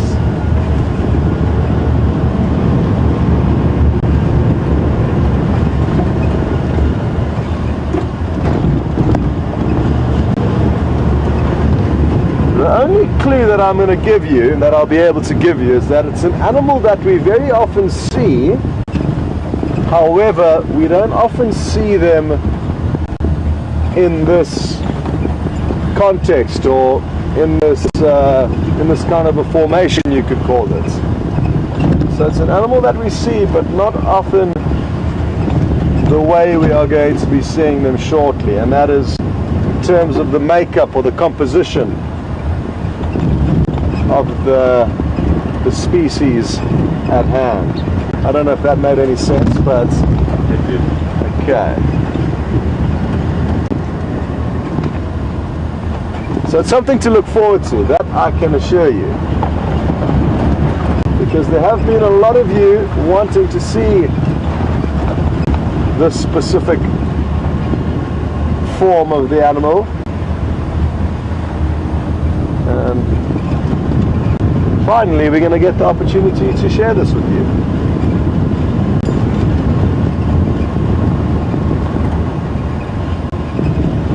I've just got a glimpse of them and it's looking good. Awesome. I'm actually disappointed that Andrew told us about these, otherwise we just sort of arrived here and had a wonderful surprise. Just going to decide which way is the best place to go. I think it's around here.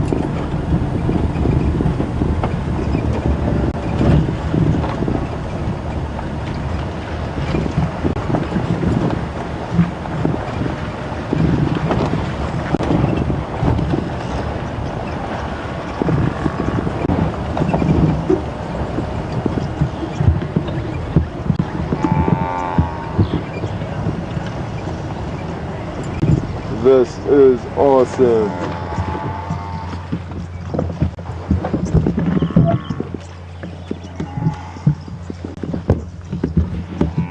Cool, way to start. So finally a large herd of buffalo. And now you may understand what I was saying about the fact that you very often get to see these animals, but not in this kind of a makeup.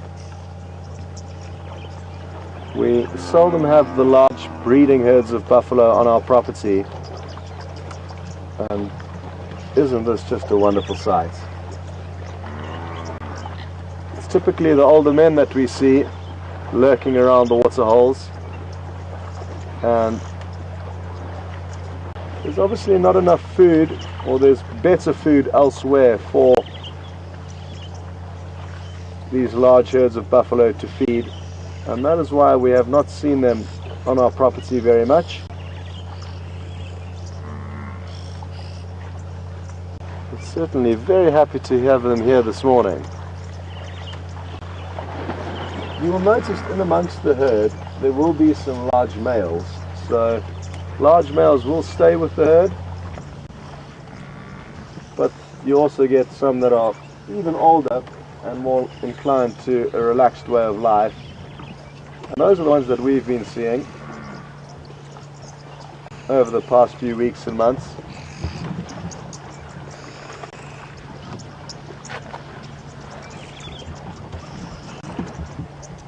What I'd like to do, and Andrew, if you just stay on that shot, if you look at the two buffalo that you can see, the one on the right is a young male. Where its horns join, you can see there's a prominent bulge and there's no fur. Whereas the buffalo on the left of the center of the shot, and now also on the far right, are females. Their boss, where their horns join in the center of their skull, is often hairy and not very pronounced. There's no large bulge. This now is a male in the foreground, and again when he picks up his head you will notice there's a large bulge of keratin and bone where the horns meet, as well as no hair. The females on the other hand will have a hairy connection at the center of their skull where the horns meet, so that's the easiest way to distinguish between male and female. They both do have horns, but the males are often far more pronounced and bulky, especially at the center where they meet. Now, I wonder where the crocodile is, because there's a crocodile in this dam. Well, at least there was one here yesterday afternoon. I believe Mark saw it.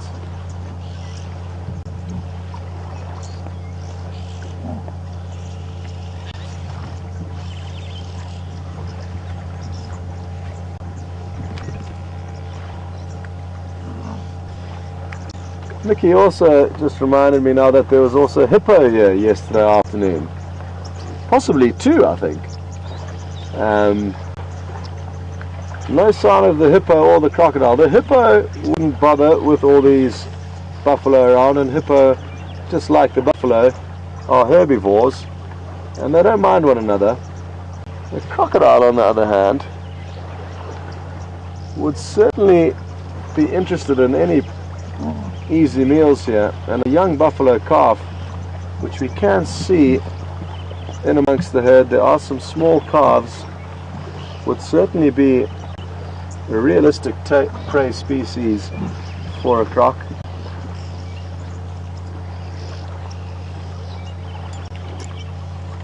We'll get an update from the guys on the last position of the Nkuhuma Pride, because we can expect the prides of lion to start following the buffalo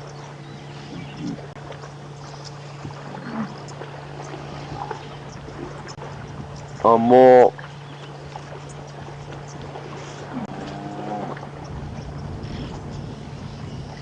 inclined to hunt buffalo in the winter, and the buffalo will become weaker and weaker as their food begins to become less and less. And we can expect to see a lot of lion and buffalo interaction over the coming months, provided it happens on our property, which I'm hoping it does. Is anybody with Nkuhuma Pride at the moment?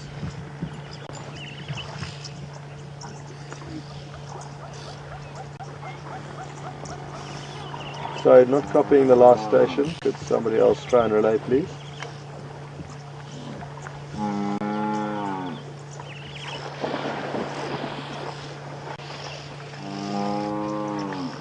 Morning yours, welcome back, and thank you for the update.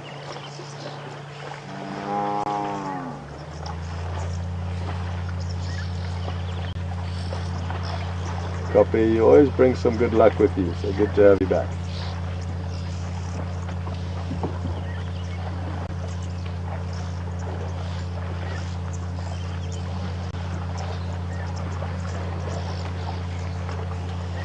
Well, there certainly are a lot of oxpeckers around, and understandably there's a huge amount of food for oxpeckers latched onto all these buffalo. Now, oxpeckers are the little brown birds that you can hear as well as see. Their call is kind of like that of a comb's fingers being rubbed over a sharp edge. Oh, there's a young calf. Not the smallest, but there are a lot of youngsters that would have been born at the beginning of the summer, but they will continue to give birth sporadically at different stages of the year, with seasonal peaks that allow those lucky calves born in the beginning of summer to get off to a good start. There's a lot of vegetation around, which is good for both them and their mother that they'll be drinking from. But there's no set stage for them to mate or give birth. Like I said, there are just seasonal peaks. One of the local fishermen here at Buffelshoek Dam has taken fancy to a new perch. And look at that, a grey heron, using the buffalo as a temporary island.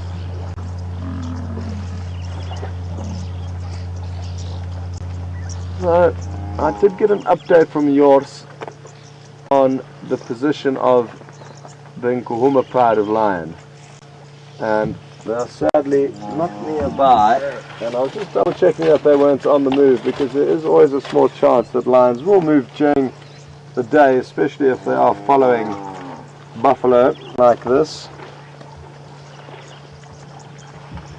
But they are far to our west and north.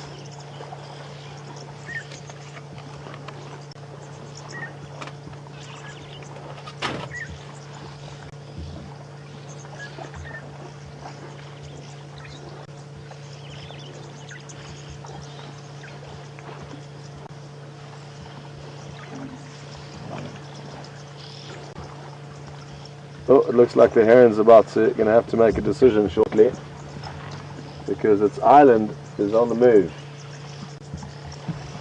Now, interestingly enough, the same buffalo that the heron is sitting on is missing half of its tail. Oh, look, there's the croc. What's it got? It's got a fish. Can you believe it? As we're looking at the heron, wow. Well, that explains where the crocodile is. It's been busy fishing. And this is just too good to be true. The buffalo are not going to be highly tolerant of it, but the croc's going to want to try and swallow this fish, and may need to get to shallower water in order to be able to get comfortable and toss it from side to side before swallowing it.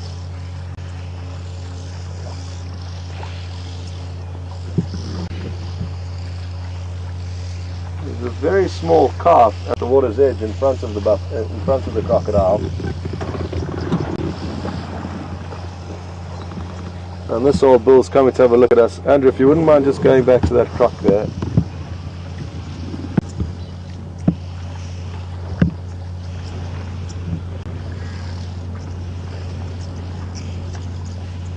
And wasn't our timing just so lucky there?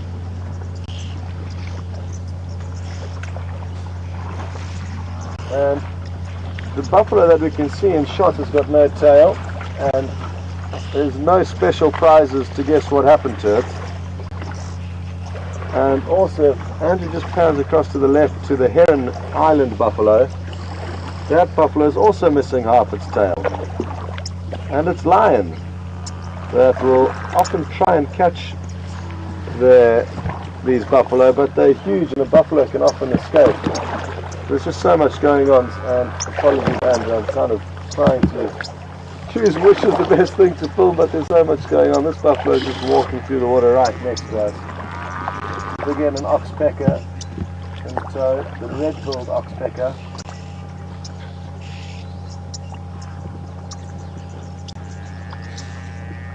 And it may need to swim a little bit. It'll be interesting to see. It's going to be a great indicator of how deep the dam is. Oh. No, it looks like it's okay, but the oxpecker doesn't trust us. And it's flown off to a safer buffalo.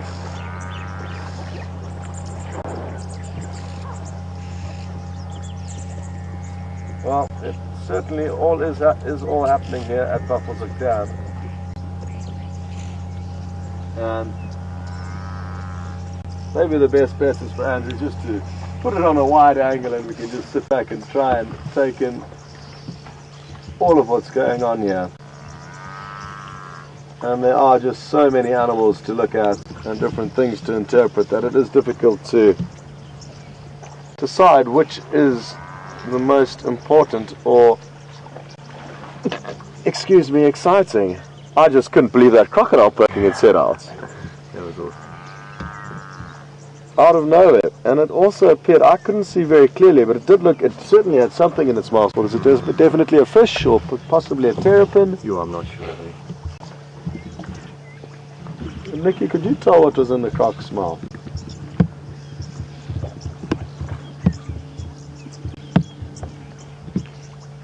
Okay, so everyone here on the WildEarth team thinks it was a fish that he caught, and it could very well have been.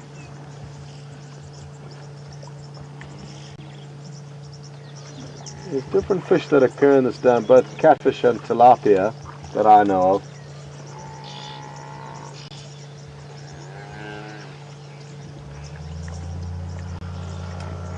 Now, a lot of you may be interested as to who is the boss out of all of these animals and who makes the decisions. And there's, from what I've been told, a few females within the herd that are older and wiser, and they kind of jointly create a council, you could almost call it, of leaders. And they've been given the term pathfinders, because that's essentially what they do. They determine which direction the herd should head in, and that would be obviously in search of both food and also water. So it's the older, wiser females that make the decisions, and the youngsters obviously follow suit and don't ask many questions. And the older, bigger bulls that do trail the herd in the hope of getting mating opportunities typically lag along at the back and are indifferent as to which direction they should head in. It is just a rare opportunity for us to show you an animal we don't see often, so I'm just going to reverse ever so slightly. It's a male bushbuck having a drink.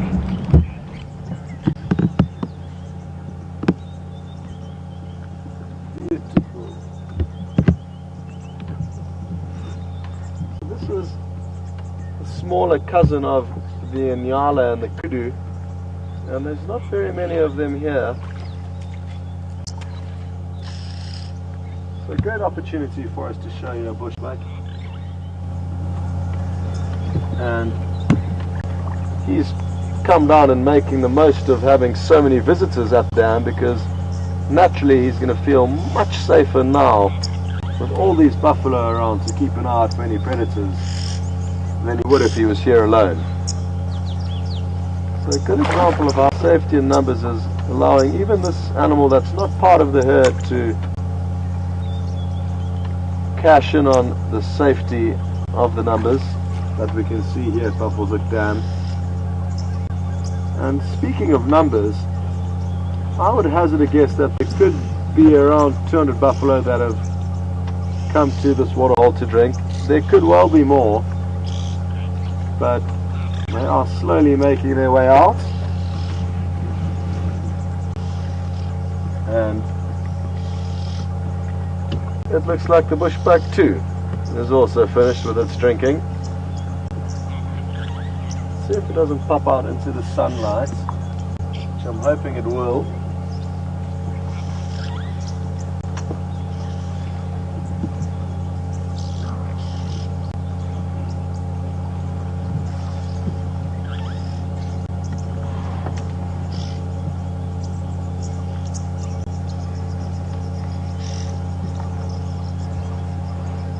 Come on, Mr. Bushbuck.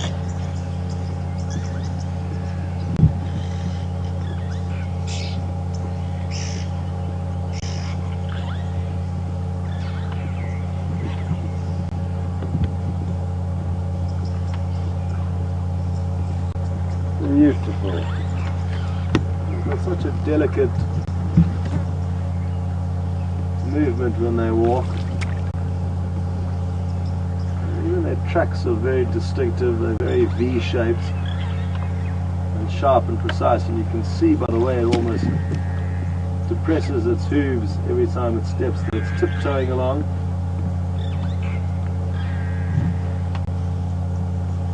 Okay, but as much as I love this bushbuck, I do want to try and loop ahead of the buffalo. The herd is now moving off, and what I'd like to do is just position the vehicle so that the remainder of the herd walks past us as they decide to head into some quite thick vegetation that we won't be able to follow them very easily in.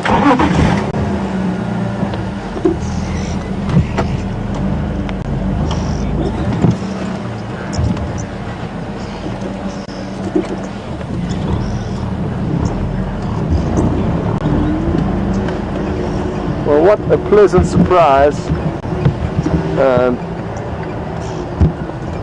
certainly wasn't expecting. Here's a good example there that I'd like to use of a male and a female. So this is an old female closest to us, and if you don't mind trying to go as close as you can, there we go. You can see how, yes, her one horn is broken, but despite that, where her horns meet on the center of her head, it's very hairy and not very pronounced. Now, shame, she must be a little bit shy because she looks like she doesn't want us to talk about her broken horns. Shame.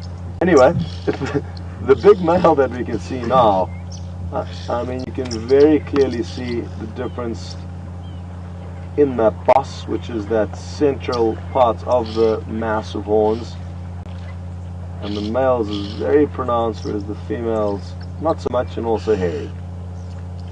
So thank you, Andrew, and that was a great comparison now for all of you, and I will be sure to be testing you in the coming weeks. Now we've also got an abnormally good view of a white-breasted cormorant, which is a fish-eating bird. And it's just so close to us that I can't resist this opportunity to show it to you. Sadly, you cannot see its big white breast, but you can see the white coming up onto the throat. It does have a very large... Ah, there we go. This one's a little less camera shy. Looks like it may be interested in swiveling around to show us its white breast. Well, this bird is incredibly well adapted to the food that it eats and the environment that it hunts in. It's got webbed feet that it uses to help it swim underwater. It'll also essentially fly underwater and use its wings to help propel it as it chases fish through this murky water that we're looking in. And how on earth it ever manages to catch them, I don't know. But a talented hunter and a fish eater. Okay, Mr. Cormorant, thank you for your close-up visual. And I just want to try and get ahead of the last section of the herd that we can get to walk past us.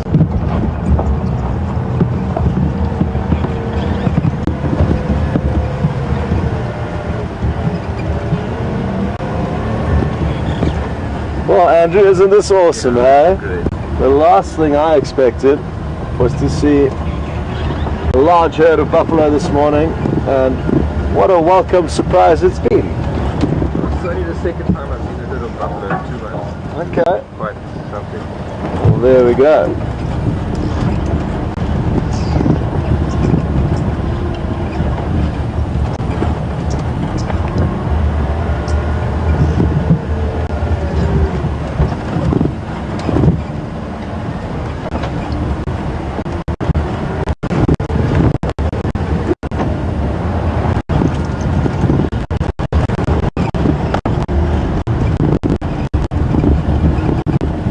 Go ahead.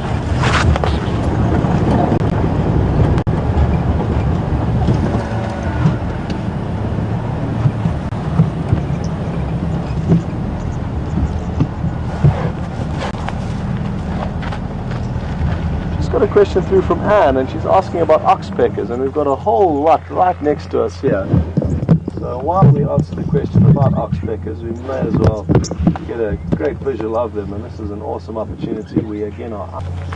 Anne is interested to know whether the oxpeckers will stay here permanently or whether they'll move off. This is awesome. Well done, Andrew. Oh, those two are fighting, clearly.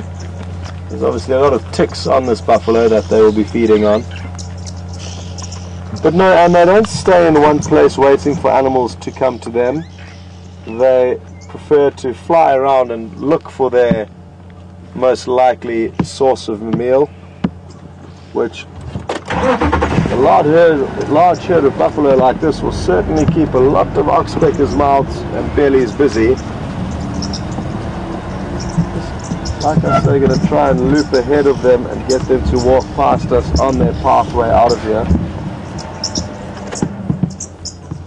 And these are two young oxpeckers. They lack the red beak yet, so they would have been born just a few months ago in our summer. And the adults, you'll notice, have a bright red beak. I am looking closely at sometimes we get lucky on the large herds of buffalo that we see another oxpecker called the yellow-billed oxpecker, and it would be wonderful to be able to show you them. Again, a great comparison between male and female approaching us here, with the male in the front and the female in the back, and look at that, wonderful, clearly distinguishable, with the male's boss being large and sheathed in keratin, whereas the female's horns have got a hairy center. Not nearly as impressive as of a bulge. Look at the heron, it's still riding the buffalo even though the buffalo's off the water. This is awesome. So this heron has now changed its accommodation from initially being an island to being now a high-rise. So it's incredible how these buffaloes can transform the view for whatever it is that's sitting on their back. Oh, but enough's enough.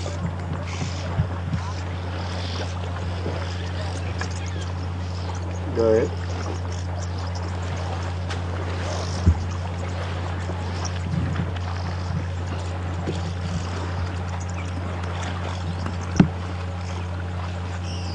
Just got a question through from Anna Marie, and good morning Anna Marie and welcome. Anna Marie is interested to know whether they will move off our property before the evening game drive. It's a good question and I hope they won't, but difficult to say now. They're probably going to move for a little bit longer. Oh, look at this old female coming to check us out here. She has got some serious character. Awesome. So she's just waddled forward, and she is an old lady, but she certainly is giving us a proper once over. We come in peace, old lady. And she appears to have now come to terms with us. But I'm guessing, as I was saying, sorry Anne-Marie, before that big old lady popped her head up in front of us, is that I think they could well sleep and ruminate, chew the cud for the hotter hours of the day, and therefore may not move too far between kind of now and 3 o'clock. But we are very close to our northern boundary, and when they do get active again this afternoon, it's hard to say which direction they would head in. Well, it's impossible to say. If history is anything to go by, they're not going to be hanging around on our property because they haven't been doing so over the last few weeks. So it could well be that they go back to the north where they have been spending more time. But having said that, there is also a chance that they could well head south towards Gowrie Dam, and who knows, maybe before we even get out on game drive they could be drinking there. The buffalo now will be forced to move into areas where they typically haven't been eaten in search of food, and understandably they will have depleted food in certain areas where they have been spending a lot of time, and therefore may now head into areas where they haven't been spending much time in search of food. We're just going to continue on. There's another vehicle that's arrived here and we want to give them a quick view, so I want to just make a bit of space so that they can get the last of this herd coming past. Oh, hello youngster.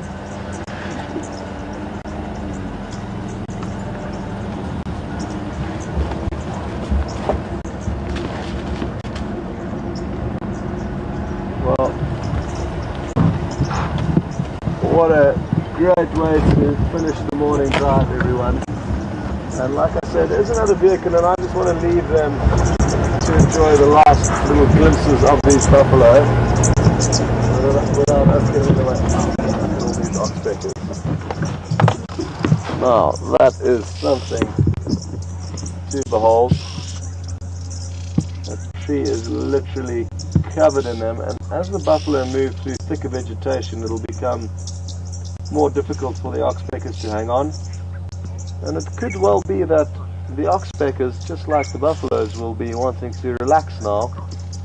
They've had their opportunities to feed, and now it's time to unwind.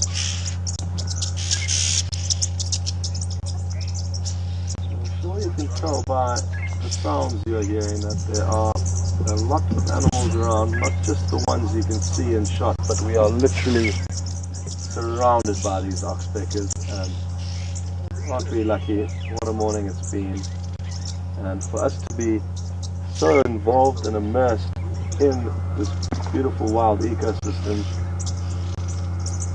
without having a major effect is something that we should all be very grateful for experiencing. Anyway, what a morning it's been. A huge thank you to Andrew on camera, Nikki in final control, Hopefully we will have the second vehicle running later this afternoon, possibly not for the start of the PM drive, but it will be up and running at some stage, and that's something to look forward to. Other than that, thanks so much for joining and all your support, and we'll see you later.